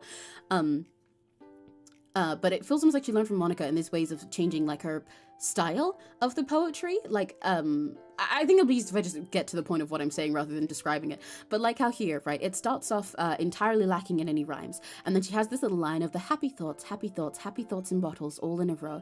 Like it's a little mantra, a little chant, but also it sounds almost kind of like childish and silly, you know? It feels like it's some kind of nursery rhyme. And then for this line, it's suddenly, this little stanza, it suddenly all rhymes. My collection makes me lots of friends, each bottle of starlight to make amends. Sometimes my friend feels a certain way. Down comes a bottle to save the day. It's really cute and silly. It feels like suddenly like it's a little poem for children. Because even just my collection makes me lots of friends is so simple compared to how the start sounded so odd and abstract. It's kind of Natsuki coded, actually, which I really like. She has a little influence that she takes from every single one of them in this poem, which is so beautiful, especially for what this poem is about. But yeah, it feels like such a cute little simple poem. Simple poem for kids, a little rhyme, a little nursery rhyme. But especially after this, because it feels like it's a chant that she says to herself. Like she's going through these simple motions of just, it's kind of copium. I said before that what I really like about her is that she seems whimsical and goofy, and like every little simple thing about the world she can turn into a venture or gives her happy vibes and stuff. But that's not because she's just endlessly happy or just a ray of sunshine. It's because she chooses to. She focuses on these simple parts that give her joy and appreciates every little simple thing about life, because all her bigger thoughts and feelings are so hard and so heavy and so vague and loose. So just enjoying things bit by bit is what makes life, is the best she can do, and what makes life easier to go through for her. And you kind of feel that here. That after all that, it's just happy thoughts. My collection makes me lots of friends, each bottle of starlight to make amends. It's like she's treating herself like a child on purpose. Just know, I have this, and this way I get friends. We're not going to think about how weird it is that I have this collection of things that I scoop out of my brain. My collection makes me friends, and when my friends feel this way, down it comes to save the day. I just have this little routine that I go through back and forth, you know? But here, immediately, it falls apart right after that. With night after night, more dreams, friend after friend, more bottles. It seems like it's going to have like a whole rhyming flow here, like a song or a nursery rhyme again. But it's just more dreams, more bottles, deeper and deeper my fingers go. Because there's the repetition setting it up, but it's just more dreams, more bottles. It feels like it's falling apart. You can literally feel this sensation where right after a little happy morning, it feels like she's laying awake at night with all of these feelings and she's trying so hard to get rid of them or to organize them, put them in bottles and get them right. And they just keep going. But then she's also running out. Because immediately then the rhyme stopped with this big long line and it's just digging and digging, scraping and scraping, just focusing on the action. She's getting nothing out of it. There's no extra description after this. There's nothing flowery. There's no cute rhyme here. It's just the motion of digging and scraping because that's all she has left. If she doesn't have these dreams to cling to, then there's nothing there. She's just doing it and hoping that she'll feel something afterwards. And then the rhyme comes back. The rhyme comes back. Well, she's blowing dust off of it, and she brings herself back into her little simple world, her simple routine. After she shook off of that heavy feeling, I blow dust off my bottle caps. It doesn't feel like time elapsed. My empty shelf could use some more. My friends look through my locked front door, but the fact that it's locked is like crazy. That feels so intense, you know. And then again, the rhyme falls apart again. She tries to get into this little routine, but everything's kind of dusty and off. There's no happy little moral to this part. It's just like she's here, it's dusty, it's empty, and she just wasn't letting anyone in yet. And everything is suddenly hurried, and they're desperate for it, and she has nothing else to do. It's like a panic for this whole part, and there's no more gaps between everything, where before there were such big breaks, clear breaks between every single part. And it all breaks, and you get this little circle apart of happy thoughts, happy thoughts, happy thoughts and shards all over the floor. She's trying so hard to have her little happy thoughts and her coziness and her nostalgia, but it all just shatters. If she has nothing left to give, then she's just pulling from nothing, and people will keep taking because she never does anything for herself in this way. She's just giving all of this little happiness and whimsy to other people, but then that means if they just keep taking it, it all just shatters, and what does she have left to do? They're supposed to be my friends, and my friends aren't smiling. They're shouting and pleading. She can't even tell what it is that they're thinking and shouting and screaming. She just hears this empty echo inside her head and nothing else, because all of the happiness and little silly things she's clinging to have been shattered because nobody properly appreciates it. They just take her for stupid little cheery thing who could never not be cheery and stupid and silly. So then it all breaks, and she has nothing left inside of her, but just this emptiness inside her head. I love 𝘆cie_𝗿! I love DDLC! I love 𝘆cie_𝗿! It's such fucking good writing! Okay, nerd ramble over. Whew. Let me reread it one more time and we'll talk to 𝘆cie_𝗿. Poems. I don't know why I said that. Yeah, that's basically what I said. But yeah, I'll reread it one more time and then we'll go to 𝘆cie_𝗿.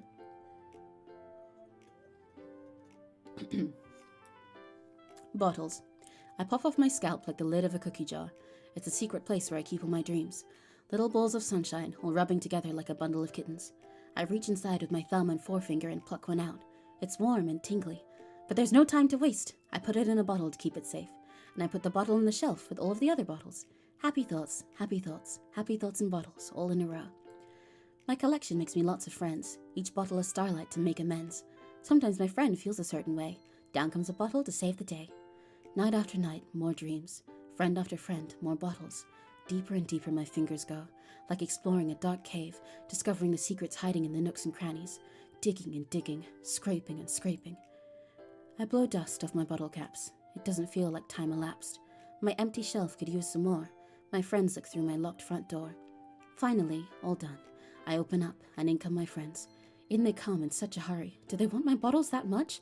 I frantically pull them from the shelf, one after the other, holding them out to each and every friend, each and every bottle. But every time I let one go, it shatters against the tile between my feet.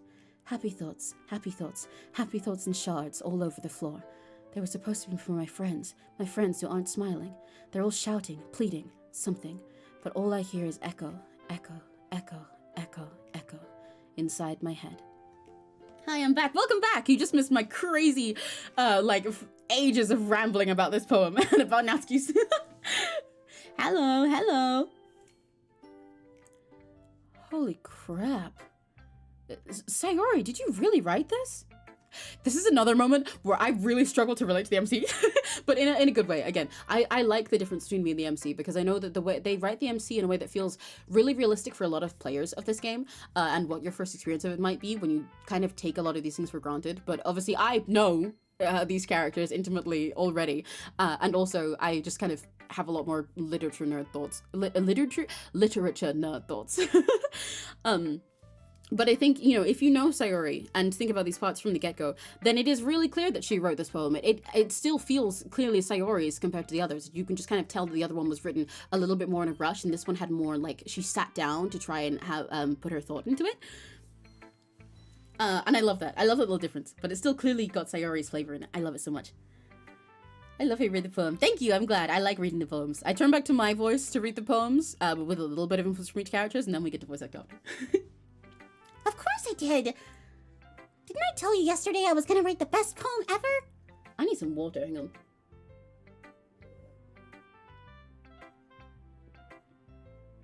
Oh my gosh.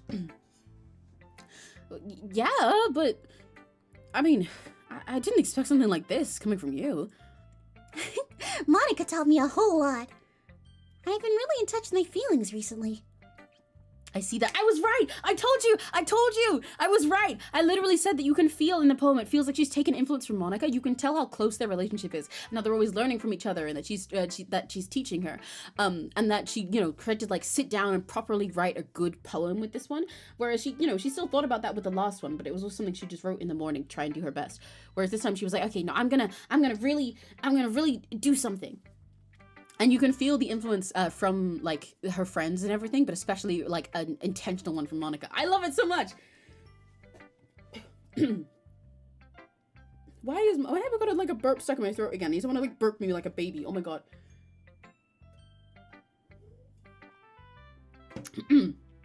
Anyway. I see that. It's almost kind of creepy. Creepy? Well, not exactly. Maybe because I'm so used to you being cheerful. Well, never mind.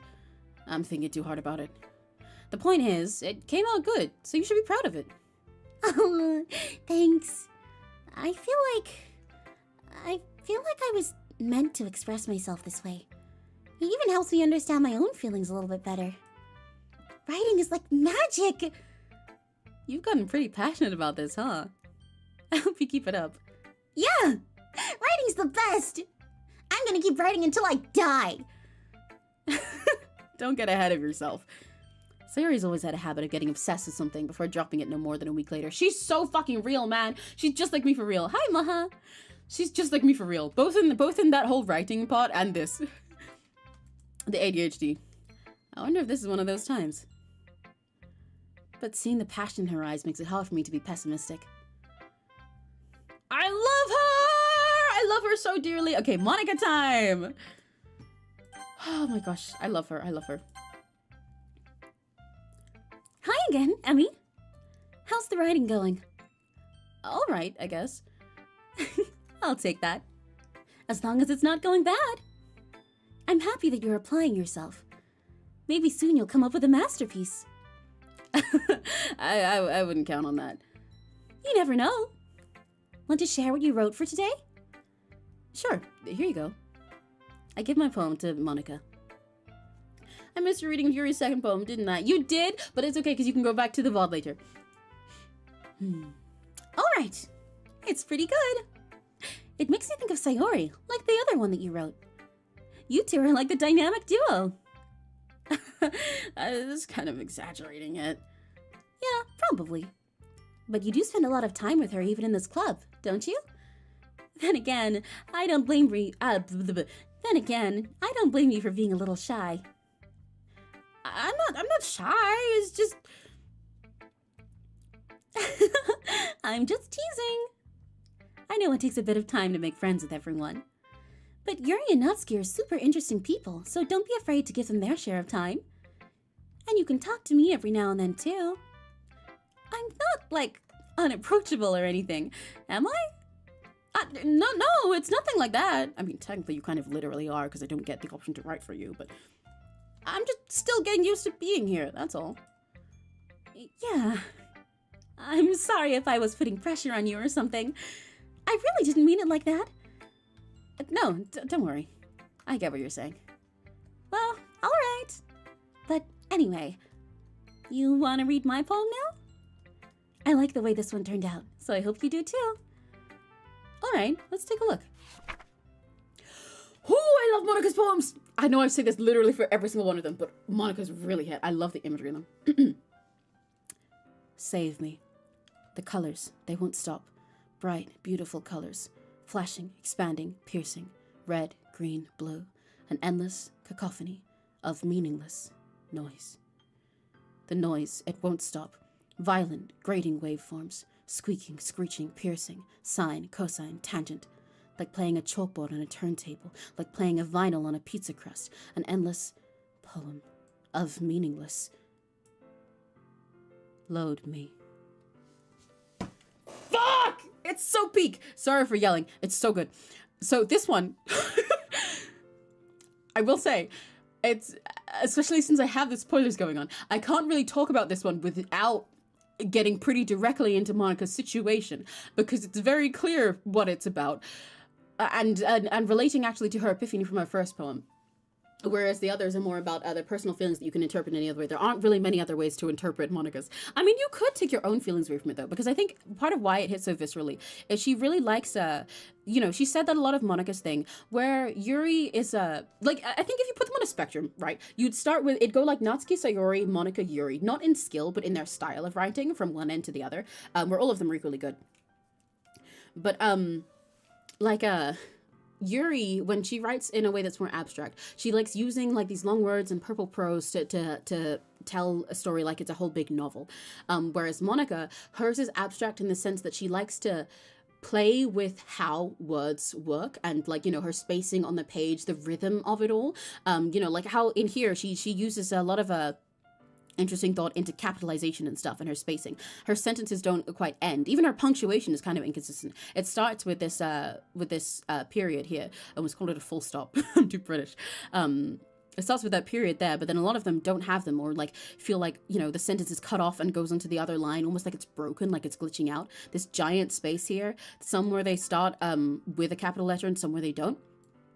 Monika uses like each single word intentionally where she places them on the page, and I think that's very cool. Miss Natsuki, you did, but it's okay again. You guys can go to the VOD, it's okay. Monika's actually my favorite. She's always been. Yeah, I love her poems. They're so incredible. She has always been one of my favorites as well. I say Natsuki best girl, but when I was younger, Monika was my best girl alongside Natsuki. I just love all of them so dearly. But yeah, this one, ooh.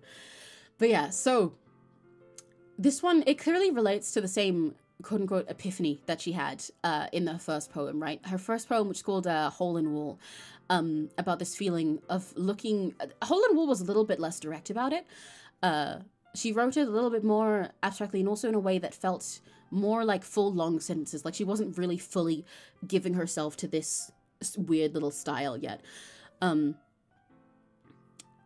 Hole in Wall, it was kind of more written like a regular person, but also with her, you know, her own thoughts that she has into writing as a sort of like abstract artsy form.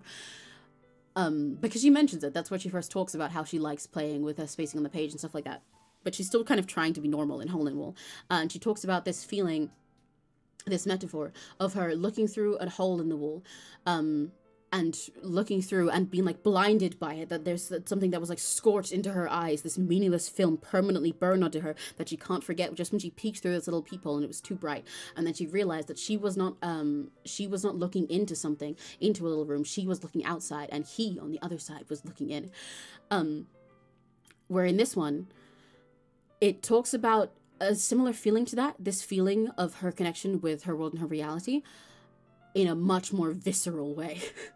Hole in Wall is that feeling, that moment that she started to realize that something was up and she had a realization about the world. But this is like her feeling itself of processing all of this and how horrific it feels. The colors, they won't stop. Bright, beautiful colors, flashing, expanding, piercing. Red, green, blue, an endless cacophony of meaningless noise. The noise, it won't stop. Violent, grating waveforms. Squeaking, screeching, piercing. I know I'm brushing through this character speaking I did before. Sine, cosine, tangent, like playing chalkboard on a turntable, like playing a vinyl on a pizza crust. An endless poem of meaningless... I like how the difference between these two stanzas goes. Because this one almost makes it sound beautiful, Yeah, well, I mean, literally says beautiful. This one always makes it sound positive, despite it also still ending in like an endless cacophony of meaningless noise, right? Because it's like she's realizing about her world and how it works, and something beyond herself, and everything about this universe. But that is kind of beautiful in itself, right? There's when you're in a digital realm and stuff, and being fictional, everything is just infinite. She's a character in a world that is infinitely infinite. Anything is kind of possible. It's beautiful. It's imagined. It's fictional. It's amazing. You know, it's kind of incomprehensible. It's these endless colors that won't stop. You are digital, so you're made up of all kinds of light that can be any color of red, green, and blue. It's meaningless, an endless cacophony of meaningless noise. But it is meaningless because it's not real, but that is also why it's so brilliant and amazing. Everything here is made to be beautiful. It's made with intent, with thought, with its passion, and with a goal and with a dream behind it. You know, it's endlessly infinite and endlessly infinite possibilities is the word I was looking for. And that makes it full of beauty and magic, but also it's still nothing. But that meaningless is kind of beautiful. Whereas with the other one, then it takes the other angle. The noise, it won't stop. Violent, grating waveforms, squeaking, screeching, piercing, sine, cosine, tangent, like playing a chalkboard on a turntable. Those two lines, like playing chalkboard on a turntable and like playing a vinyl on pizza crust, I fucking love. Because you can like feel them when you read them. It kind of like hurts. You like grit your teeth a little bit when you read it, you know? The idea of playing a chalkboard on a turntable, because it also doesn't make sense. Playing a vinyl on a pizza crust, a chalkboard on a turntable, it's like, wait, you can't, like, you can't put those objects together. That's exactly why it gives you this horrific feeling of things just like not being right or being aligned wrong. It makes your brain kind of stop for a sec. To imagine a whole chalkboard spinning on there, and also that grating, horrible sound, like playing a vinyl on a pizza crust, how it would sludge through it and it just like feels wrong. It's really good. It's really great for this imagery. And like the idea of these things that don't belong together just kind of clashing together. Not only for that like physical sensation and sound that you picture when you have it, like imagining the texture of it and the sound of it, but also just the imagery of all these things clashing and your brain can't make sense of them, right? When I say like playing a chalkboard on a turntable, that doesn't mean anything. You try to picture that and it just doesn't make sense. Your brain can't make sense of it. Playing a vinyl on a pizza crust, you're like, oh, wait, what? Huh? What? Your brain literally can't comprehend it. She forced you, this is what I like about these poems. When you write them this way, you kind of force the writer to feel what you feel in hers. That's why I call them visceral. And I say force in a good way here. You force the reader, I mean. She kind of forces you to feel this exact feeling that she's feeling, but by putting in something similar, because it's not like she can put you through the epiphany that she went through. She uses her words so carefully and so intentionally to make you feel something when you read hers. Her poems kind of feel like they're more of a sensation than a story, you know? You kind of get a punch to the gut. Monika's cool poems. I like her. She's cool. It's Monika. Yeah, I love it. But yeah, her poems are so cool. She kind of forces you to feel the sensation.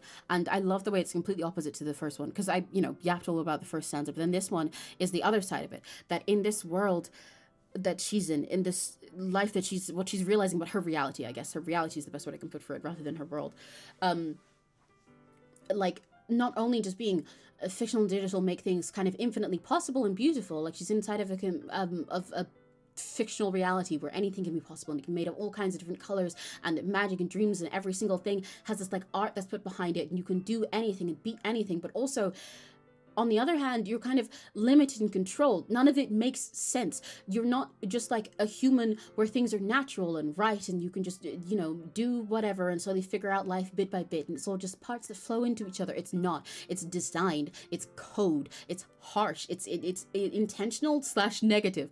But also there's so many things happening at once. Everything is constantly occurring because she's inside a thing that shouldn't have life inside of it. It's not meant to be there. Her brain is clashing with this in itself. She is a person, but also she's not.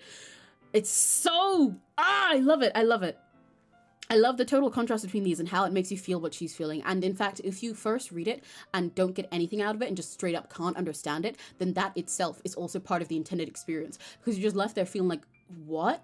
I think even if you when you first read this, if you don't take any understanding away from it, you still feel it, And that's why it's so confusing and odd, because if you feel this raw feeling, but you're also just like, oh, how, what? That was just like words, what? And I'm left trying to think about and comprehend it as you go on, while also trying to engage in your simple little world. And it just kind of feels like something is off. And I love that. I love it. Monika's such a good poet. But yeah, okay. So again, I will read it one more time, and then we'll talk to Monika. Let me drink some water first too.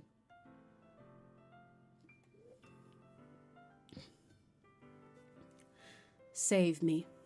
The colors, they won't stop. Bright, beautiful colors. Flashing, expanding, piercing. Red, green, blue. An endless cacophony of meaningless noise. The noise, it won't stop. Violent, grating waveforms. Squeaking, screeching, piercing. Sine, cosine, tangent. Like playing chalkboard on a turntable. Like playing a vinyl on a pizza crust. An endless poem of meaningless. Load me. Huh. It's even more abstract than your last one, huh? I guess it's just the way that I write. I'm sorry if you don't like it. No, I never said that. It's just kind of thing I've never really seen before, I guess. I kind of like playing with my space on the paper. Choosing where and how to space your words can totally change the mood of a poem. Oh, did she say that? I thought she said this the first time. Maybe I'm wrong and she said it this time, but I swear, I think she mentions this the first time as well. But I guess just like she mentions something looser, but specifically the thing about spacing she says here. It's almost like magic. The way I wrote the lines really short makes it feel like they're trying to speak over the noise. Yeah, exactly. I see. It's still hard for me to tell what it's about, though. Sometimes, asking what a poem is about isn't the right question. A poem can be as abstract as a physical expression of a feeling, or a conversation with the reader. So putting it that way, not every poem is about something. Anyway, here's Monika's writing tip of the day. Sometimes you'll find yourself facing a difficult decision. When that happens, don't forget to save your game. You never know when you might change your mind, or when something unexpected may happen. Wait, is this tip even about writing? What am I even talking about? That's my advice for today. Thanks for listening.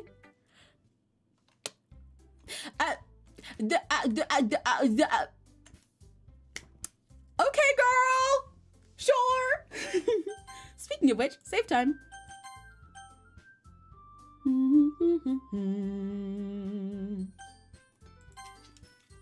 I love Monika. I love this game so much, man. Oh, I love this game so much. I love what she's reading. You know, also now that we're talking more about her realizations and her epiphanies, the thing I was saying about voice acting, I like putting thought into voicing these characters, and not just into like the voices that I give them themselves, but how to use them. I'm gonna be a nerd for a sec, because it's not like I'm a pro voice actor, but I do like thinking a lot about voice acting, because I want to get better and better at it, and like characterization, especially in a game like this where the characterization is so good. But I wonder if it was noticeable and added flavor that with Sayori, I make her voice kind of silly overall. I do like it being a little bit more soft and natural than Natsuki's, because Natsuki's is like really anime sounding. She sounds, you know, really Brittle and abrasive and really, really high and really sharp and really cindery the whole time. although she does have her little more genuine moments. But Sayori sounds a little bit more normal, and I almost make it kind of corny every now and then, that when she tries to do her little laughs, it comes off a little bit forced and kind of the same melody each time, like she's just like doing it on purpose. It's her little thing, like yay, her little giggles that kind of actually go lower at the end, whereas usually if you want to make someone sound super genki and excited, you want to end on the high note to give someone energy. But they always kind of trail off a little bit for Sayori.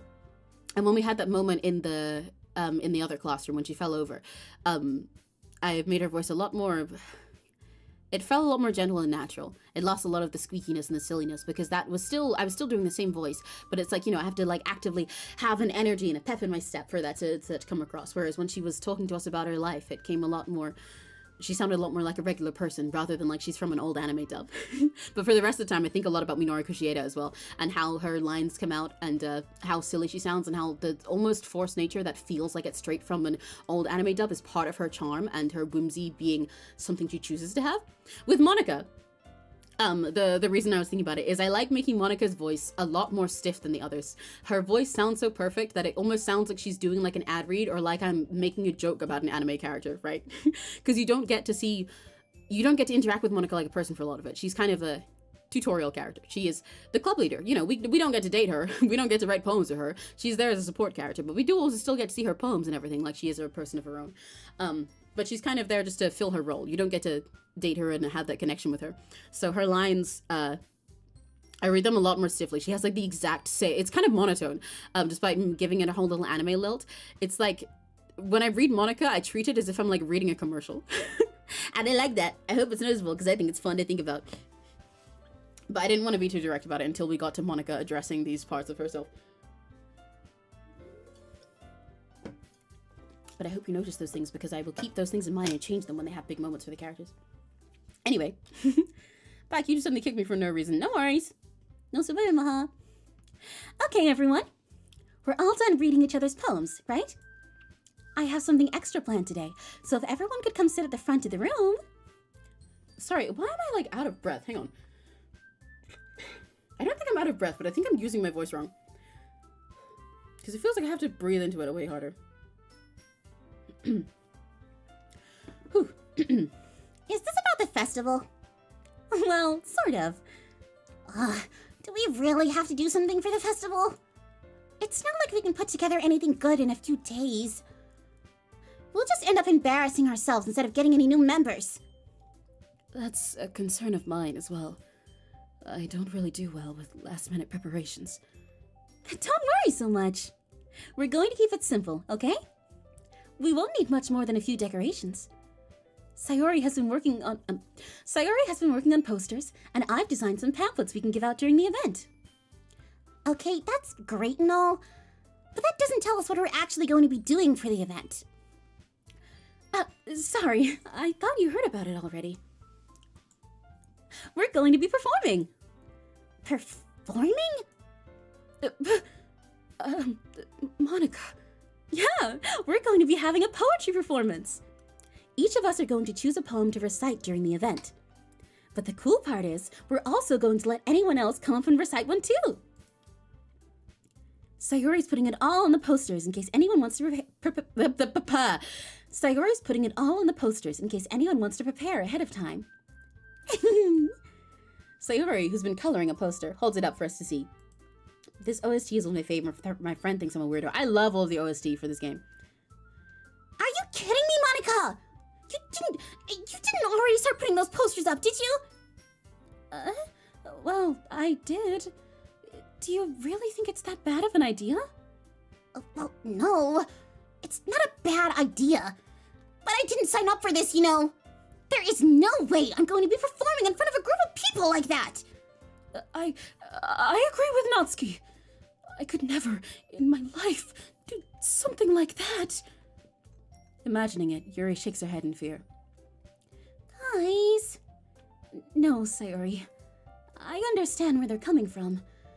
Remember that 𝘆cie and Yuri have never shared their poems with anyone until just a couple days ago. It's a lot to ask them, Oh my god, I can't speak today. I got all those words out while I was rambling about poems, then when I'm voice acting I can't get a sentence straight. It's a lot to ask for them to recite their poems out loud to a whole room full of people. I guess I kind of overlooked that. So, I'm sorry. But I still think we should give it our best. We're the only ones responsible for the fate of this club. If we start the event and each put on a good performance, then it will inspire others to do the same. And the more people who perform, the better we'll be able to show everyone what literature is all about. Yeah! It's about expressing your feelings, being intimate with yourself. That's the worst wording for that, 𝘆cie. Finding new horizons, and having fun. That's right. And it's those reasons that we're all in this club today. Don't you want to share that with others? To inspire them to find the same feelings that brought you here in the first place? I know you do. I know we all do. And if all it takes is standing in front of the room for 2 minutes and reciting a poem, then I know you can do it. 𝘆cie and Yuri remain silent. 𝘆cie looks worried. I guess that leaves me no choice. I agree. I don't think it's too much to ask. I think that Sayori and Monika have been trying really hard to get new members. The least we can do is help them out a little bit. Well, maybe, but It looks like 𝘆cie doesn't have any arguments left. Okay, fine. I guess I'll just have to get it over with. All right! Thanks, 𝘆cie. What about you, Yuri? Yuri dejectedly glances around at everyone else's expectant faces. I guess I don't really have a choice. That's everyone. You're the best, Yuri. This club is seriously going to be the death of me. Oh, gosh. You'll be fine, Yuri. But anyway, let's move on to the main event. I want each of you to choose a poem of yours. We're going to practice reciting them in front of each other. No way! Monika, this is too sudden. Well, if you can't recite your poem in front of the club, how do you expect to do it in front of strangers? Oh no. Don't worry. I'll start off to help everyone feel a little more comfortable. Can I go next? Of course. Now, let's see. Monika flips through her notebook to the specific poem she has in mind for herself. Do I have any of my tea left? I do have a little bit.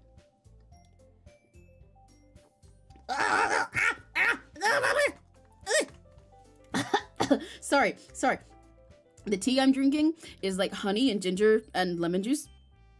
Like I grate the ginger myself into a little strainer thing to then pour hot water on it and have like honey and lemon juice in the cup, and it makes a really nice soothing tea for your voice. So I have it when I'm doing long streams of voice acting.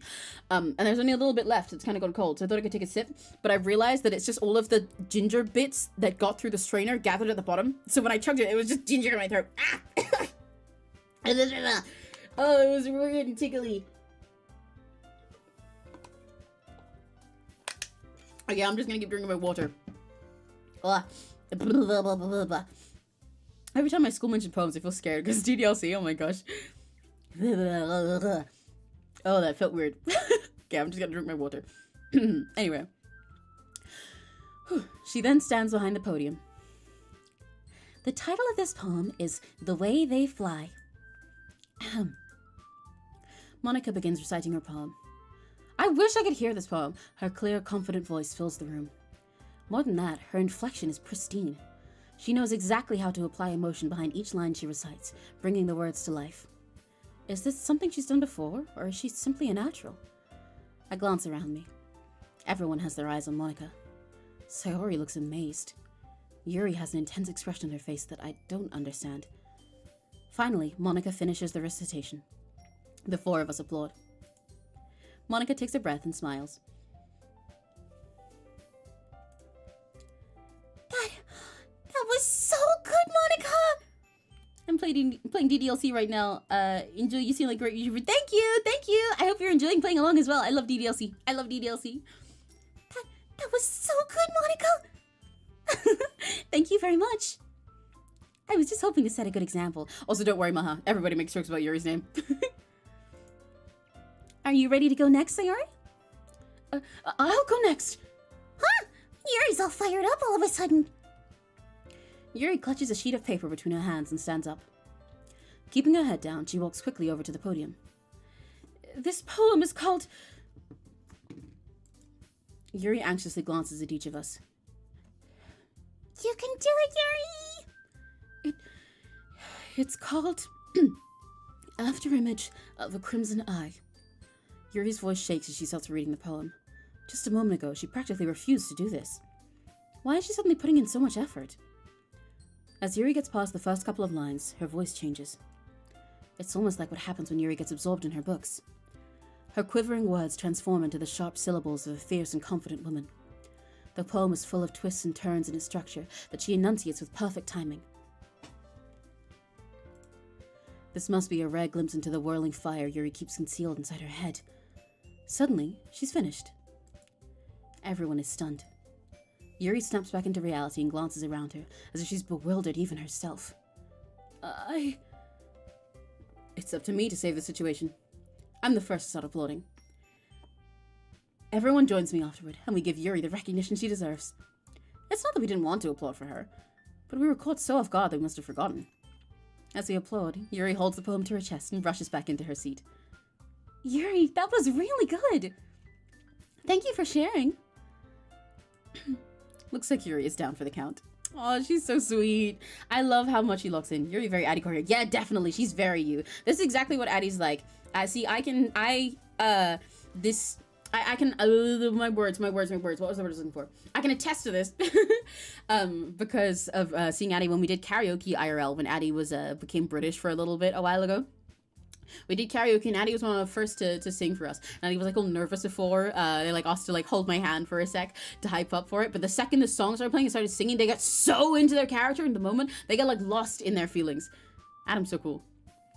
He like fully dives into it and gets like, and it's like intense because, not just because, you know, like with Yuri as well. Because Yuri's problem isn't just that she's like shy. It's that she gets so passionate and like fully delves into her feelings and into her thoughts about writing. When she's writing something or reciting a poem, that's what makes her nervous. That she's gonna, you know, be so much of that. But it's so cool watching Adam look in. I think I learned some Panini sounding theater related word from Addie, but I don't remember which word. Hell yeah, question mark. Okay. He was respected because it was the Kinney song. Yeah, exactly. Just like Yuri. I guess I'm next then. Sayori hops out of her chair and cheerfully walks to the podium. This one's called My Meadow. I need to adjust my chair. Sorry. Sorry, I giggled. Sayori. It's a lot harder than I thought. How did you guys do it so easily? Oh, try not to think of it like you're reciting to other people. Imagine you're reciting it to yourself, like in front of a mirror or in your own head. It's your poem, so it'll come out best that way. I see. Okay then. Sayori begins her poem. Somehow, it feels like her soft voice was made as a perfect match. The poem isn't aimlessly cheery like Sayori is. It's serene and bittersweet. I find it really bittersweet in itself, just how much the MZ is still kind of not quite connecting with Sayori fully. Like, they still sort of miss the mark with her, even though she's presented herself serene and bittersweet through her poems all this time, and you have all these moments with it that really show her true personality. But the MZ just so known her so long and attached to her in a way as this little silly, goofy, cheerful person that they still just quite can't catch on what's up with her. It's very painful to watch. If I were to read this on paper, I probably wouldn't think much of it, but hearing it come from Sayori's voice almost gives it a whole new meaning. Maybe this is what Sayori meant when she said she likes my poems. It's like I get to reach more deeply into someone I thought I knew through and through. Sayori finishes, and we applaud. I did Good job, Sayori. it! Even Emmy liked it. I guess it's a good sign. What does that even mean? It came out nicely, Sayori. The atmosphere of the poem fits you really nicely. But it might be that other poems wouldn't work quite as well with that kind of delivery. Huh? I don't really understand. In other words, I've seen poems of yours with that sort of gentle delivery wouldn't work as well. They might need a little more force behind them, depending on what you're reading. Oh, I know what you mean. That's, well, I've been practicing that kind of thing. It's just embarrassing to do it in front of everyone. Then, next time, I'm going to make you pick a poem that challenges you a little more. We don't have much time before the festival, you know. Monika's such a great leader. She's such a great leader and just like a great friend. She's a wonderful girl. I feel a lot of people get wrapped up in a misconception about her because of her actions later, but she's such a wonderful leader and friend. She thinks so carefully about all of the others and bringing out the best in them. And, you know, like rooting for them all and helping them, supporting them in their goals to learn more about literature. I was like, oh, my cringe is breaching containment. Oh, I'm not actually fucking enough to consider myself real kitty. Ooh, and I had to start with my facts to the audience. But I got very Adamful by the time the course rolled around. Yeah, exactly. No, you're allowed to yap. That's what I'm saying. Exactly. It's just like Yuri for real. And it's a really great way of understanding Yuri, because I think, yeah, it's easy to think that she's just shy because she's shy, but it's more like she's so full of passion that, like, diving fully into that passion is like a whole full body experience for her. So that's what makes it nervous, that maybe it's gonna be too much, or it's gonna be cringe, or it's gonna freak everybody out. And Adam had the same thing. He was so fucking cool, though. Just like how with Yuri, everybody was stunned and had to, like, stop and applaud for her. I cheered so hard for Adam after seeing them like that. They're so cool. Okay. Now, who's next? Natsuki? Don't make me go before Emmy. It's not like I can compare to you guys anyway. What do you mean, Kitty song? Oh, we're talking about a time that Addie came over to my house. Addie came over to my house and we did karaoke together. And the way that Addie was before performing and during it was very similar to how Yuri was for reciting her poem. But it was a song that Addie relates to a lot. That's why Addie was nervous about it.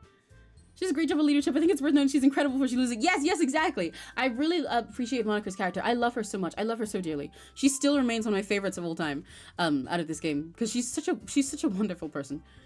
Like, she's such a wonderful character. She's so interesting. And part of that is that she's a really good person at the start. And, you know, deep down. Might as well let Emmy lower everyone's standards a little before I have to do it. Natsuki. It's fine. I might as well get it over with. But it's not like I have much of a selection of what to read. I'll just have to go with what I wrote for today. I stand up and step in front of the podium. I need to get some water. Addie can sing incredibly. You guys have heard a little bit of Addie singing when they do it during Tatsus and stuff. But hearing Addie's voice IRL for the first time, I genuinely, like, I miss it. I miss listening to Addie sing. I'm serious.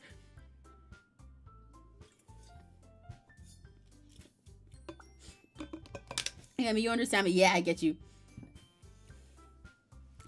Everyone has their eyes on me, making me feel terribly awkward. I recite my poem. Since I'm not exactly confident in my own writing, it's hard to put energy into it. Despite that, once I finish, I receive applause anyway. Sorry, I'm not really as good as everyone else. Don't worry about it so much. I think it's less about your abilities and more about your lack of confidence in your writing. That's something that'll improve over time, though. Yeah, maybe. All right, then. That just leaves you, Natsuki. Should do a karaoke. I would love to. There's covers I want to do with Addie as well, so you'll get to hear Addie sing something. I love Monika too. I just hate that I'm spoiling it. Yeah, no, don't worry. Because I know what you mean. This is why I'm saying I love Monika, and I think it's important to appreciate these parts of her character as well. Because a lot of people get swept up in things that she goes through and does later. But these really show how genuine of a person she has always been deep down, and explain a lot of her choices as well. Genuinely considering doing Crave One songs together. We should, and we really need to do Georgette Me, Georgette You as well. Ooh, I only have, I don't have too much long left for today. Okay. Yeah. I'm going. Natsuki begrudgingly gets out of her seat and makes her way to the podium. The poem is called... It's called... Why are you all looking at me? Because you're presenting. Anyway, the poem is called Jump. Natsuki takes a breath. Once she starts reciting the poem, her sour attitude disappears a little. While she's still a little unenthused, her poem has a rhythm and rhyme to it. It's Natsuki's trademark style, and it works surprisingly well when spoken aloud. The words feel like they bounce up and down, as if giving life to the poem. Natsuki finishes, and everyone applauds. She huffs back to her seat.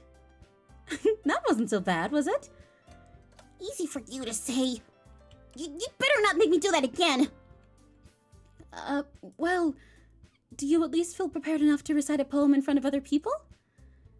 I mean, doing it in front of other people will be way easier. I can put on whatever face I want for other people. But when it's just my friends, it's just embarrassing. And that's a surprise, Natsuki. I think it'd be the other way around for me. Well, that's just how it is, so... Well, I guess in that case, you won't have much to worry about for the festival. That said, I want to thank everyone for coming through. It might be hard, but I hope that you all have an idea of what it's like now. Make sure you pick a poem and get enough practice before the festival, okay? I'll be making pamphlets, so let me know ahead of time what you'll be reciting. Jeez, I should probably find some other poem to recite instead. That's fine too. It doesn't have to be your own. I'm already pleasantly surprised that you're putting in all of this effort for the club. It makes me really happy. Yeah, no problem. Okay, everyone. I think that's about it for today. I know the festival is coming up, but let's try to write poems for tomorrow as well. It's been working out really nicely so far, so I'd like to continue that. As for the festival, we'll finish planning tomorrow, and then we'll have the weekend to prepare. Monday's the big day. I can't wait. I can do this. I can do this. All right. I stand up. There's no way I'll be able to find the same enthusiasm as Sayori and Monika, but I'll do my best to get through it. If it's for the sake of the club and impressing Monika, then I'll have to do my best. Ready to go, Sayori? Yup. Look at you two always going home together like that. It's kind of adorable, isn't it? Jeez, guys. Don't make such a big deal out of it. It must be a little nice, though. Well, how am I supposed to respond to that? It's okay, Emmy. You don't have to say it. Whatever. Let's go already. Do you ship any of the girls together? I kind of do. To be honest, I think I'm open to literally every single ship in this game. I think every single pairing of the girls could make a good ship. I will say, I think I really like Natsuki and Yuri as a ship because I'm really passionate about their poems and the ways that they mirror each other. But I also think on their own, they kind of don't have much chemistry for a relationship, if that makes sense. Like, they have their enemies lovers thing going on, and I do like it. But I also think they don't immediately have so much relationship chemistry because they need to really learn to meet in the middle more. So I kind of, in a way, like them better as, like, best friends over time. But I also really like them as Yuri. I don't know how to put it. Like, I really like them as a ship. But I think they have to be written well for that, you know, by whoever makes them as a pair. Because I love their little, like, rivals lovers thing, and I love how they mirror each other, and I love their connection as the game goes on. But yeah, I think they've got a lot to work through if they want to make an actual, like, lasting relationship that works, because their communication styles being opposite. But I do really love that about them. I think they're really cute. I also think Monika and Sayori make a great one. They have a really great dynamic together, and I love how close they are. And yeah, I think you can pair literally any of them and I'll like it. I think Sayori and Natsuki make a really cute pair as well. They're a great one. I just think literally all of them. I'm like thinking about all possible pairings in my head, and every single one I'm like, yeah, that's great. Yeah, that's great. Yeah, that's great.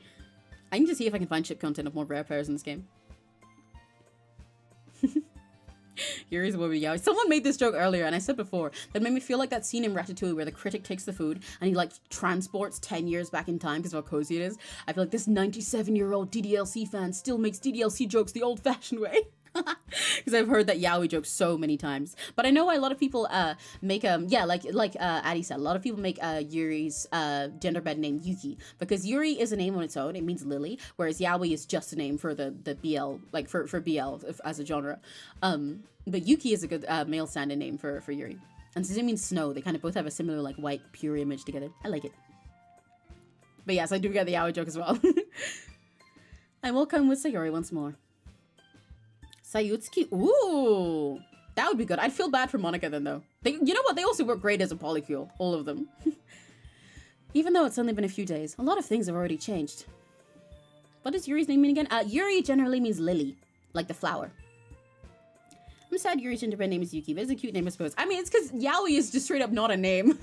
Yaoi, it's like, Yuri is a name on its own. Like, it is a name. In fact, it's a gender neutral name. You could even make Yuri's gender bend called Yuri still. But Yuri is a name of its own. It is a Japanese, like, name for girls and for boys. And it just also happens to be the name that people chose, you know, for lesbian media, whereas yaoi is a name for gay media, and it is not a person name. That would, when you make it yaoi, it doesn't really work like that. But I do get the joke, and it's still funny as a joke. But it doesn't work as actually naming a gender bend character that, because it would be kind of the same as if you came into school and you said, hi, my name's BL. My name's MLM. Really like the design. My design, thank you. I'm glad you like my fit. I'm glad you think I'm pretty. But today, Sayori's being a little quieter than usual on the way home. Hey, Sayori?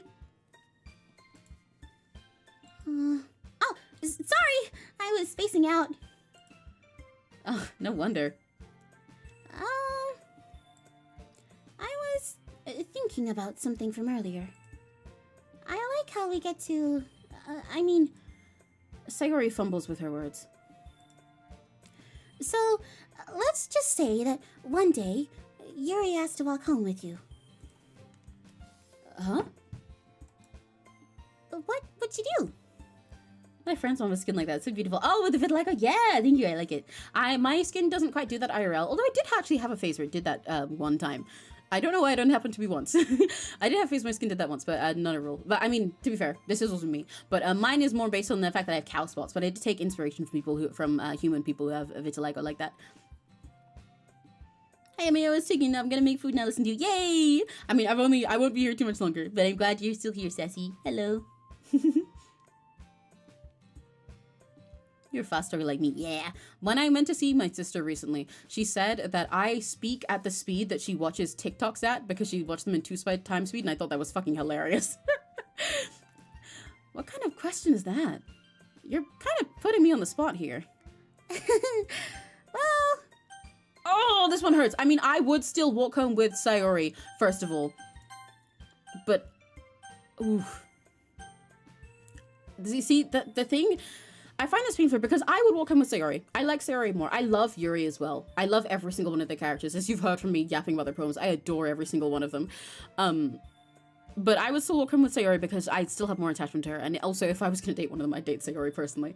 But I also feel like, in reality, I'd probably still want to try walking home with Yuri one time. Because if Yuri was asking me, that'd be like a special thing, you know? And I want to be friends with all of them.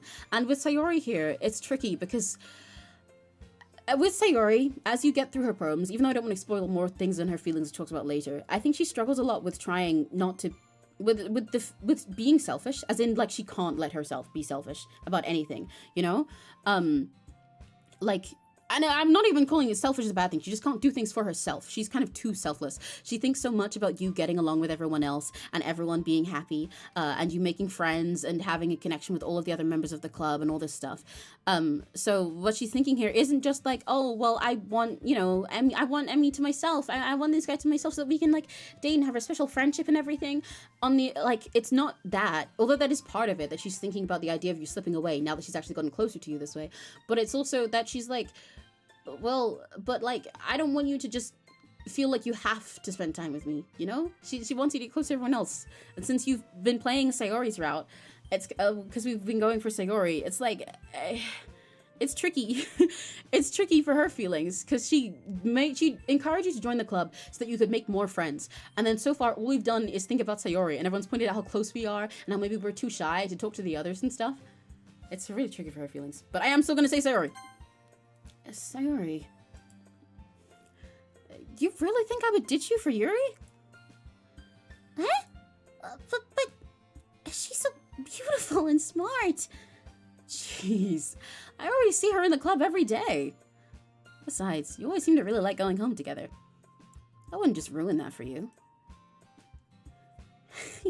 You're so silly, Emmy. You think about me too much sometimes. Yuri would deserve it if she wanted it, so... Sayori, I've already made up my mind. I really can't figure you out sometimes. Sorry.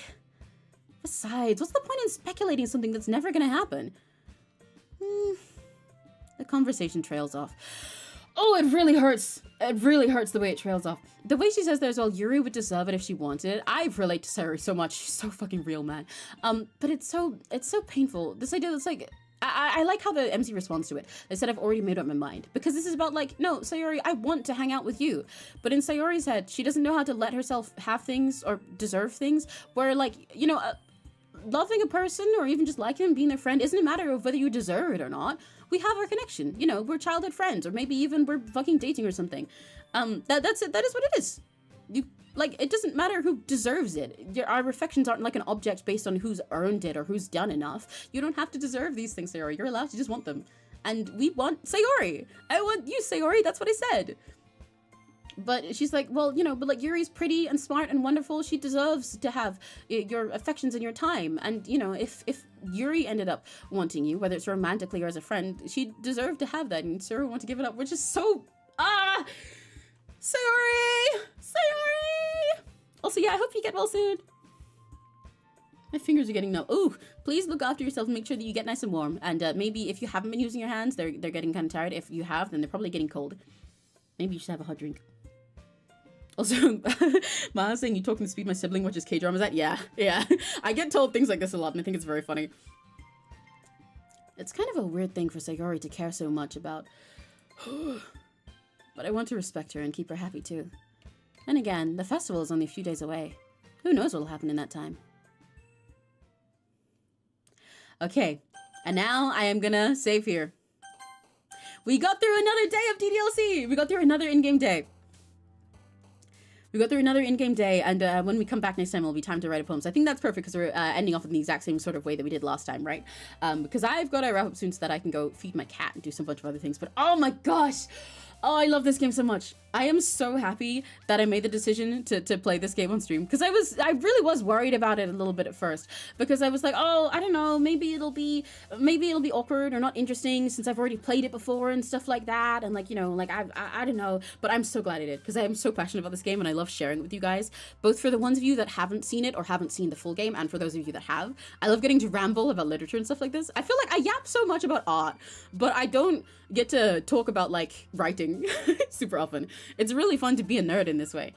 I like it. It's very, very fun.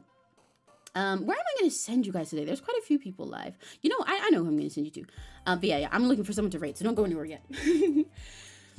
What was I going to say? But yeah, it's so fun. It's so nice being able to yap about these kinds of things and show my passion for something like writing instead of just art for once. Even though I like, you know, yapping about art and everything as much as I do too.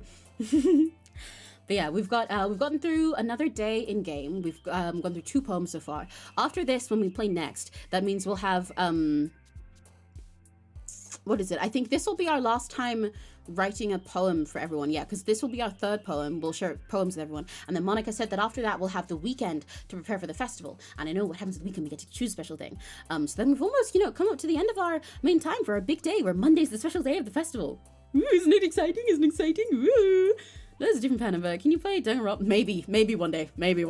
I'll yap about my feelings about Danganronpa another time. But actually, as a little preview of my feelings, I've never played Danganronpa or watched it. I'm not super into it, but I do intend to one day because I feel like I kind of have to. But I roleplay in Danganronpa servers. Specifically in killing games where people make like Danganronpa type worlds for you to put in, but usually OC ones that aren't actually in Danganronpa world. Because I had a bunch of friends that were into it, and then I got into roleplaying killing games, but I've never actually played Danganronpa still. But I will someday. But yeah, so I'm so excited. Yeah, we've gone through our 2nd day, and then we've got one more poem day when we get back next time. So I like spacing it out like this, so we get a new like little poem sharing time each time we play.